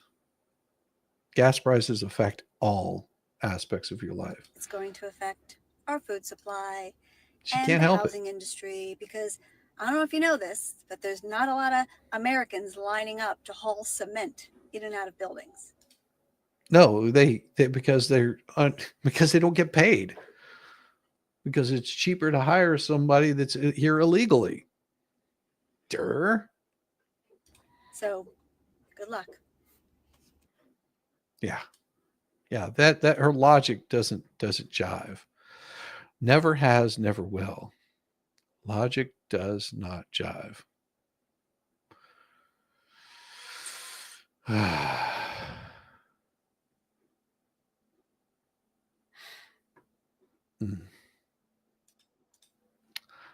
This is the introduction that I need to have for my streams.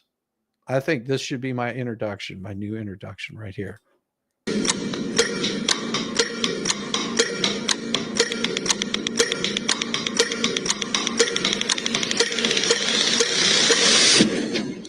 Live from London, this is BBC News.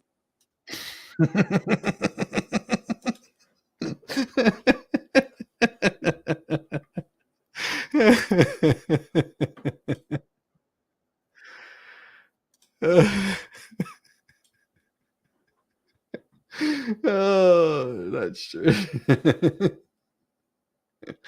Oh my God. Oh my God.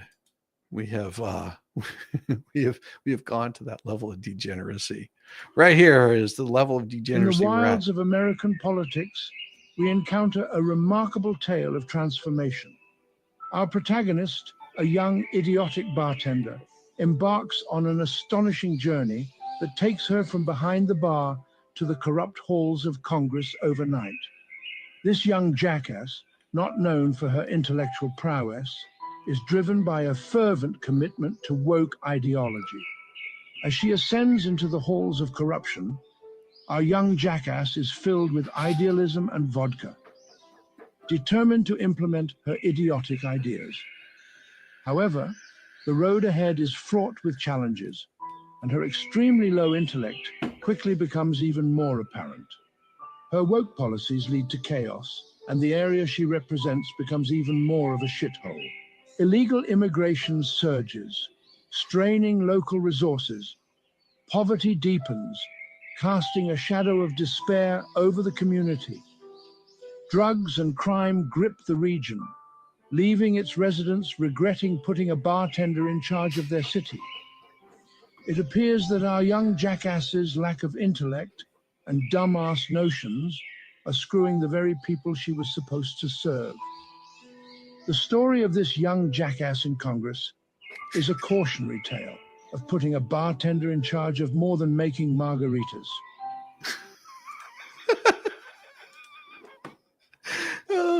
Oh, I couldn't help it. I could not help it. I had to do that.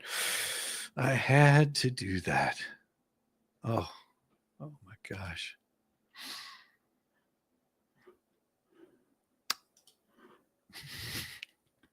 The morning briefing. We all might run out of popcorn on Inauguration Day. Happy Monday, dear Cruiser Morning Briefing friends. There's no room for low expectations on a plate of nachos supreme. Leftist hacks in the mainstream media are rending their garments over President-elect Donald Trump's return to the White House, writing about what they think that the fictitious monster under their beds will do once he's back in power. Meanwhile, those of us who love freedom and don't suffer from TDS, which you can get your prescription here daily, are getting quite excited for January 20th, 2025 to get here. There was a lot of good news on the Trump front this past week. We'll start by his trip to France for the reopening of Notre Dame, which Sarah wrote about and which we read. I just want to find someone that looks at me the way Jill Biden looks at Trump. Yeah, we think we have further evidence that Dr. Mama Jill voted for Trump. It was also quite refreshing to see a man representing the United States remain awake for all of a public event. Remember, in the liberal media for fever dream, the rest of the world hates Donald Trump. That never was the case, of course, and it's still not true. It's pure speculation. But I think a lot of world leaders might be thrilled for Trump to get back to work and begin undoing some of the damage brought about by Joe Biden's World War III fantasy approach to diplomacy. Trump also gave his first sit-down television since being elected. Matt covered that for us. With just 6 weeks, he assumes the presidency. President-elect Donald Trump has reaffirmed his commitment to issue pardons for January 6th political prisoners and has said it will be a top priority on his first day of office. Speaking with Meet the Press moderator Kristen Welker, Trump reaffirmed a promise he made on the campaign trail, signaling his administration's commitment to addressing a grave injustice and pointing out that many of those who have been incarcerated are living in hell. I'm going to be acting very quickly. First day, Trump said. He added that they've been in there for years and they're in filthy, disgusting place that should have been allowed to be open. We'll just set aside the fact that he gave his first interview to the always horrible Kristen Welker. I believe you're all familiar with my fervent desire that Republican politicians stop playing ball with the enemy of the people's press. This is huge news. On a recent episode of 5 O'Clock Somewhere, his friend and co-host Stephen Green said that he hoped pardoning the January 6th political prisoners would be the first thing that Trump did after taking the oath of office. I don't remember exactly if we fantasize about him shouting a pardon from the podium right away, but that was kind of the vibe. Hearing him say that he will be acting very quickly is most encouraging. This is an injustice that needs to be put right as quickly as possible. The best part of the interview was when Trump went off on some of the members of the House Soviet Select Committee on Daddy Issues, known as the January 6th Committee, especially the excruciating Liz Cheney. Matt reports that Trump said she should face jail time, and amen to that. But remember, everything isn't as awful as it appears. Now you have a baboon giving a puppy a little bit of grooming lesson as he holds the puppy down and cleans them all up. Hooray for the baboon. A little bit of pet grooming. Get rid of them bugs. Bye-bye. Bye-bye, bugs. You need to be all cleaned out.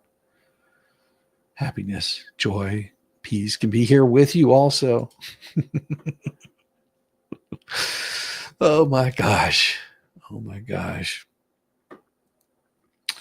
It is going to be a wonderful day today. I've got a lot planned for my day this evening. Of course, I will be going over the rest of the deposition. Hopefully, I'll have the other two wonderful voices with me this evening to join in and cast dispersion upon me, taunt me endlessly, and give me a hard time.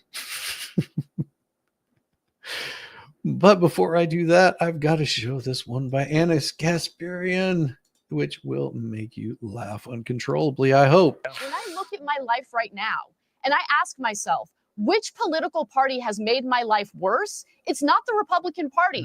Locally speaking, the Democrats have complete control and they have nearly destroyed my family's livelihood. Okay, we are living in trash and squalor everywhere.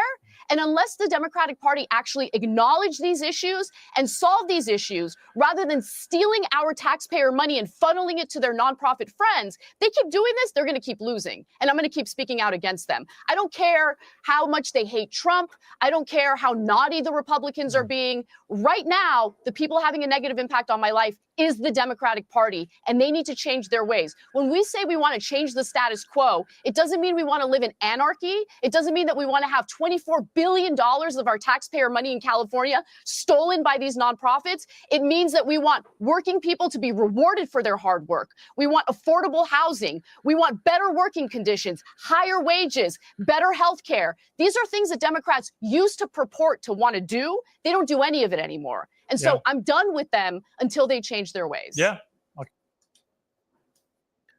And it's amazing. It's amazing that this is what she voted for. This is what she voted for. This is what she asked to have happen. Like I've said, be careful what you ask for. Be careful what you are wishing for, because these are the kinds of things that happen when you're putting these people in there. Look at that. Well, Rosalind Duke. Look at you. Just got that big ball hanging out of your mouth. So bad. I'm so bad. Oh my God. It is amazing to see all of you wonderful people here this morning. Really, it is. It warms my heart. Warms my heart and keeps this channel up and running and makes it well worth it every morning. As we get closer to the holidays, as we get closer to the end of this year, we're going to have more people losing their ever-loving minds in the background. They're going to be freaking out over things that really, really don't matter. Watch yourself. Be safe to one another. Be careful what you're asking for, because those bad things will come to bite you in the ass. There is it's amazing to me that we've got things that people are paying attention to, things that they're not paying attention to. Protect yourself, be safe. Remember, Congressional Gold Medal for New York subway hero Daniel Penny. Make it so. House Republican is pushing to award Daniel Penny the highest civilian honor that Congress can award. And I'm all for it. Representative Eli Crane in Arizona, which doesn't matter because this is in New York, plans to introduce a resolution to grant a Congressional Gold Medal to Penny, the U.S. Marine veteran who defended himself and fellow passengers against a threatening homeless man on a crowded New York City subway before being unjustly prosecuted by none other than Bragg. Daniel Penny's actions exemplify what it means to stand against the grain, to do right in a world that rewards moral cowardice, said Crane. Our system of justice is fiercely corrupt, allowing degenerates to steamroll our laws and our sense of security while pushing the righteous. Mr. Penny bravely stood in the gap to defy this corrupt system and protect his fellow Americans. He says he's immensely proud to introduce this resolution to award him the Congressional Gold Medal to recognize his heroism. Penny is on trial for the death of Jordan Neely, a 30-year-old homeless man with schizophrenia, following an altercation on New York City subway in May of 2023. Witnesses reported Neely acting erratically, threatening passengers, and declaring he didn't care if he died. Penny subdued Neely with a chokehold for about 6 minutes, after which Neely died. Penny's defense argues he acted to protect himself and others and questions whether the chokehold directly caused Neely's death, citing the presence of synthetic drugs on Neely's system. Witnesses have praised Penny for his actions. Throughout President Biden's term as president, local governments across various cities and states failed to adequately protect residents and their property from violent criminals. The resolution reads, on May 1st, 2023, an individual began aggressively threatening Daniel Penny and other passengers on the New York City subway. The resolution adds that it is the sense of the Congress that Daniel Penny, with integrity and honor that is a characteristic of who he is and his honorable service in the United States Marine Corps, stepped in to protect women and children from an individual who is threatening to kill innocent bystanders, and he is a hero. Now, the jury is deadlocked for a second time on Friday, prompting prosecutors to drop the charge of second-degree manslaughter. Manhattan Supreme Court Justice Maxwell Wiley approved the dismissal. The jury is now deliberating on the lesser charge of criminally negligent homicide, which carries a maximum sentence of 4 years, but no minimum. Deliberations have been ongoing since Tuesday afternoon. Love the show as always. Absolutely, absolutely. You're welcome, Kimberly. We try to keep it a little bit light here. Tonight we will definitely be getting really damn light, as we should be finishing up the deposition of Jeremy Hales. We've already seen throughout this deposition how foolish, and I'm saying this from my own perspective, how foolish and ignorant the Bubbles is. It is not one of those that's up for debate.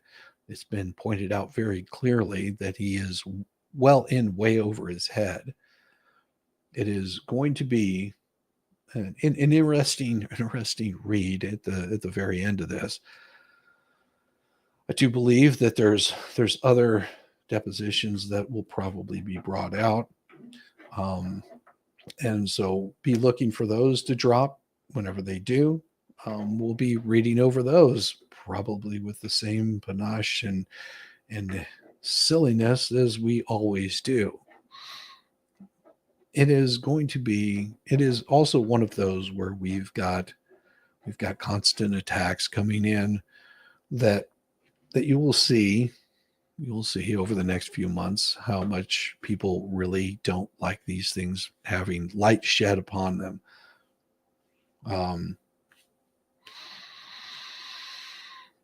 And if you're paying any attention at all to these, and you're just like, I just don't care about the drama of it, I can completely understand.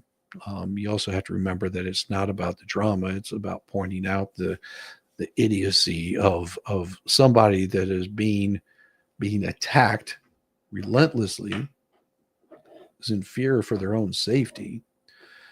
And when that information starts being shown, you're going to see a big grift on the people that are absolute haters of Jeremy Hales. Never said you had to like the guy, because hell, I'm sure he says things that can be very dislikable by people. But that's not the point.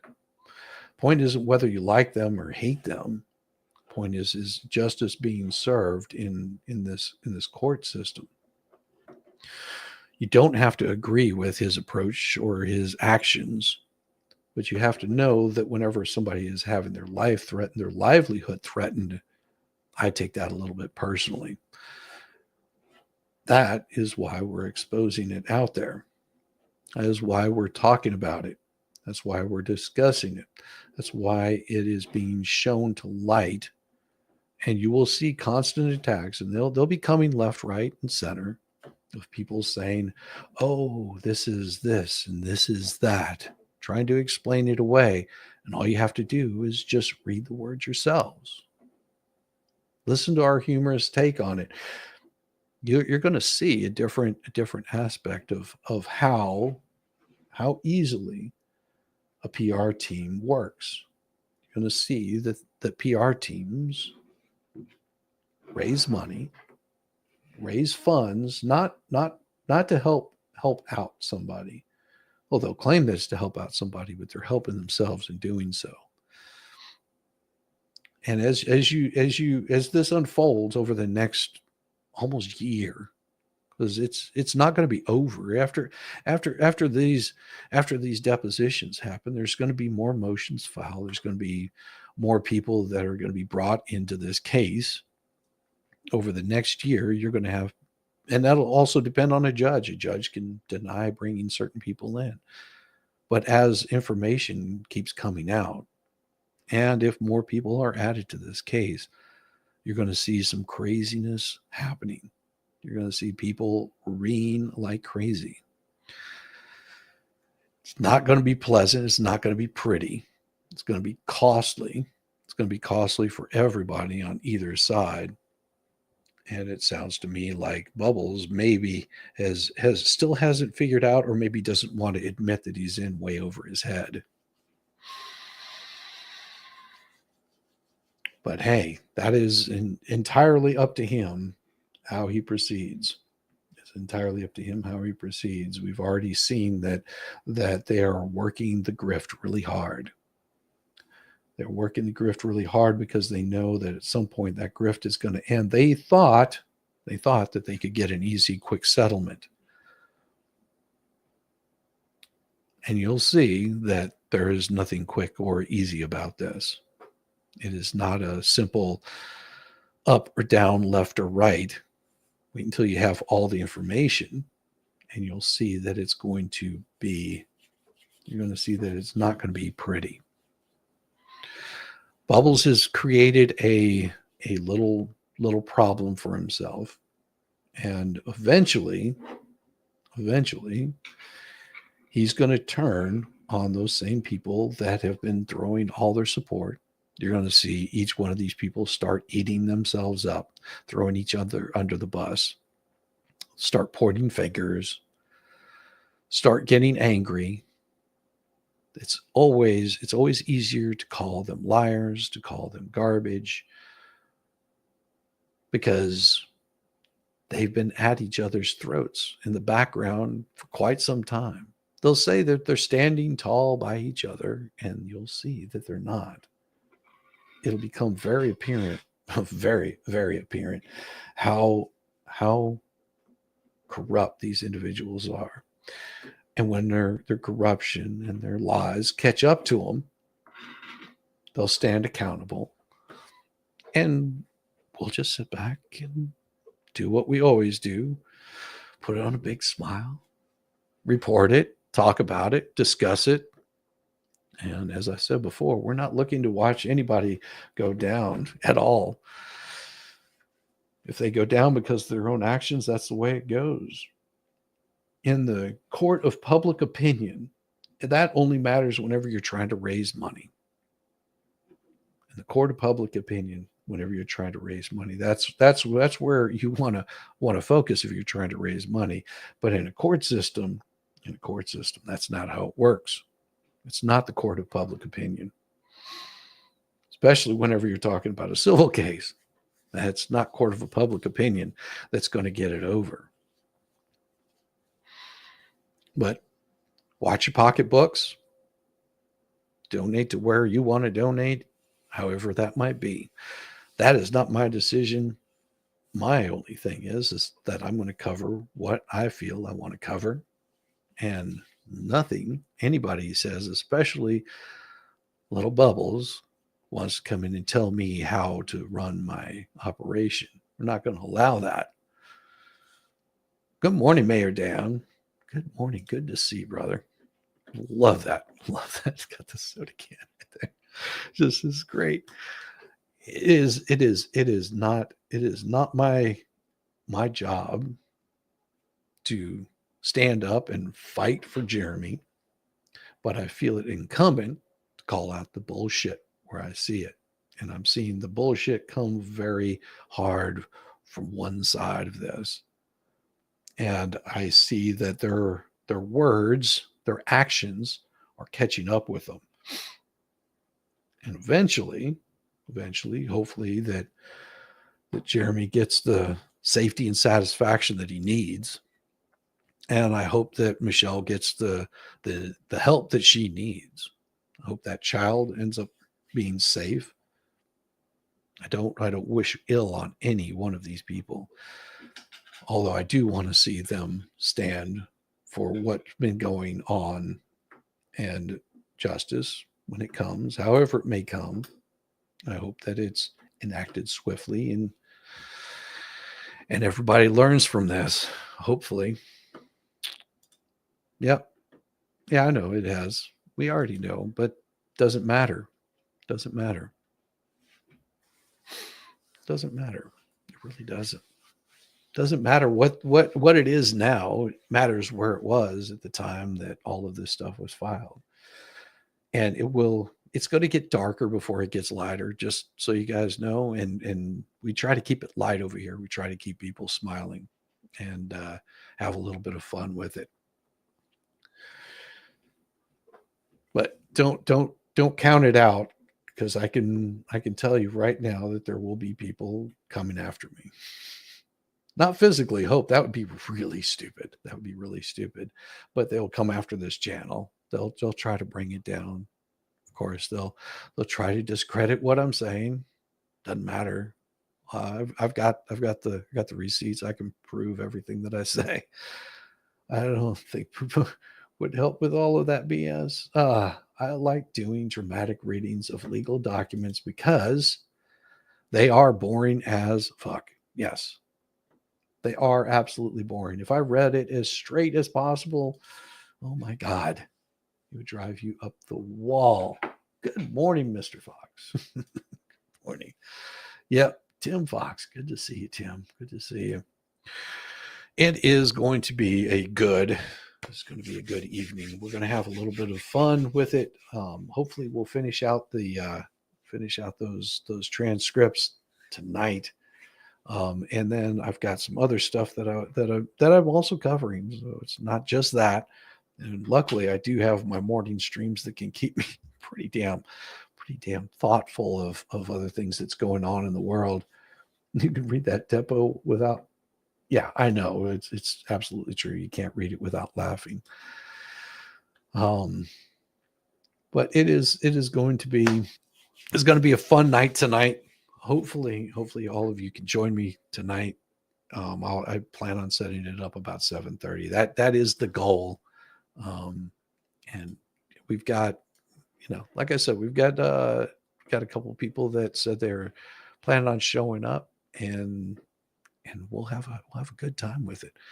We may get through it, and if we don't, then there's always Tuesday. There's never any rush on these things. Never been a rush on them at all. And what I've got is I'm going to get you guys set up to send you off to go and visit with. Oh my God, you guys are amazing. Can I tell you how amazing you are? I just saw it. I'm getting close to the 6K. I just had a 5K stream, and you guys just are amazing. Like this community and the love that they've shown towards this channel and towards my idiocy, which there's lots of it. Just me being goofy has been remarkable, and it is appreciated. Really is. Almost 6K. Jeez. Just keeps growing. I love it. But we've got before you know it, what am I going to do for 10K? Good Lord. I don't know, but it'll be good. Everybody, we've got some wonderful folks out there. got Mo in the deep end. I want to send you guys to go give her a little bit of love. Show her some respect. She's not involved in any of the what the hell stuff at all that I'm aware of. She covers the news in a different way.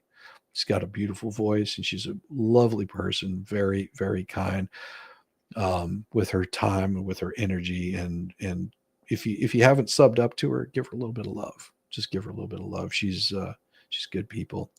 And I'm going to say goodbye to everyone. You have a wonderful day, and I'll see you guys in a few hours. Oh, a little bit under 12 hours. Means I got a shit ton of work to do because that's a lot of work to do. Peace. Bless your heart. I thought I was the only mentally challenged one here.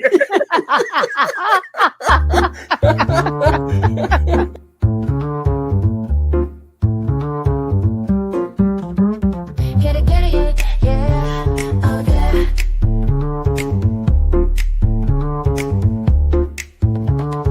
Early morning, rise and shine. Coffee's brewing, feeling fine. News is out and on the air. Shizzy Whiz nuts wild, but we don't care. Morning, Whiz and Coffee. Talk the news, he's a tease. Laugh it off, we're on the go. Shizzy Whiz nuts, start the show. Let's go. Get it, yeah, oh yeah. Headlines spinning in the breeze. Stupid jokes, he's such a tease. Sip the Java with a smile. Pants are off, but stay a while. Morning, Whiz and Coffee. Talk the news, he's a tease. Laugh it off, we're on the go. Shizzy Whiz, let's start the show. Let's go. Get it, yeah, oh yeah. Headlines spinning in the breeze. Stupid jokes, he's such a tease. Sip the Java, wear a smile. Pants are off, but stay a while. Morning, Whiz and Coffee. Talk the news, he's a tease. Laugh it off, we're on the go. Shizzy Whiz, let's start the show. Let's go. Get it, yeah, oh yeah. Serious is overrated. Every day we're caffeinated. Talk the town, but in a jest. Morning Whiz is always best.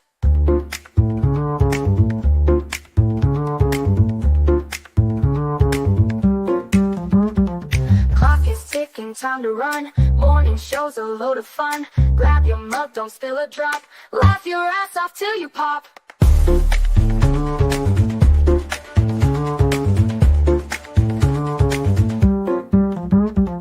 Clock is ticking, time to run. Morning show's a load of fun. Grab your mug, don't spill a drop. Laugh your ass off till you pop.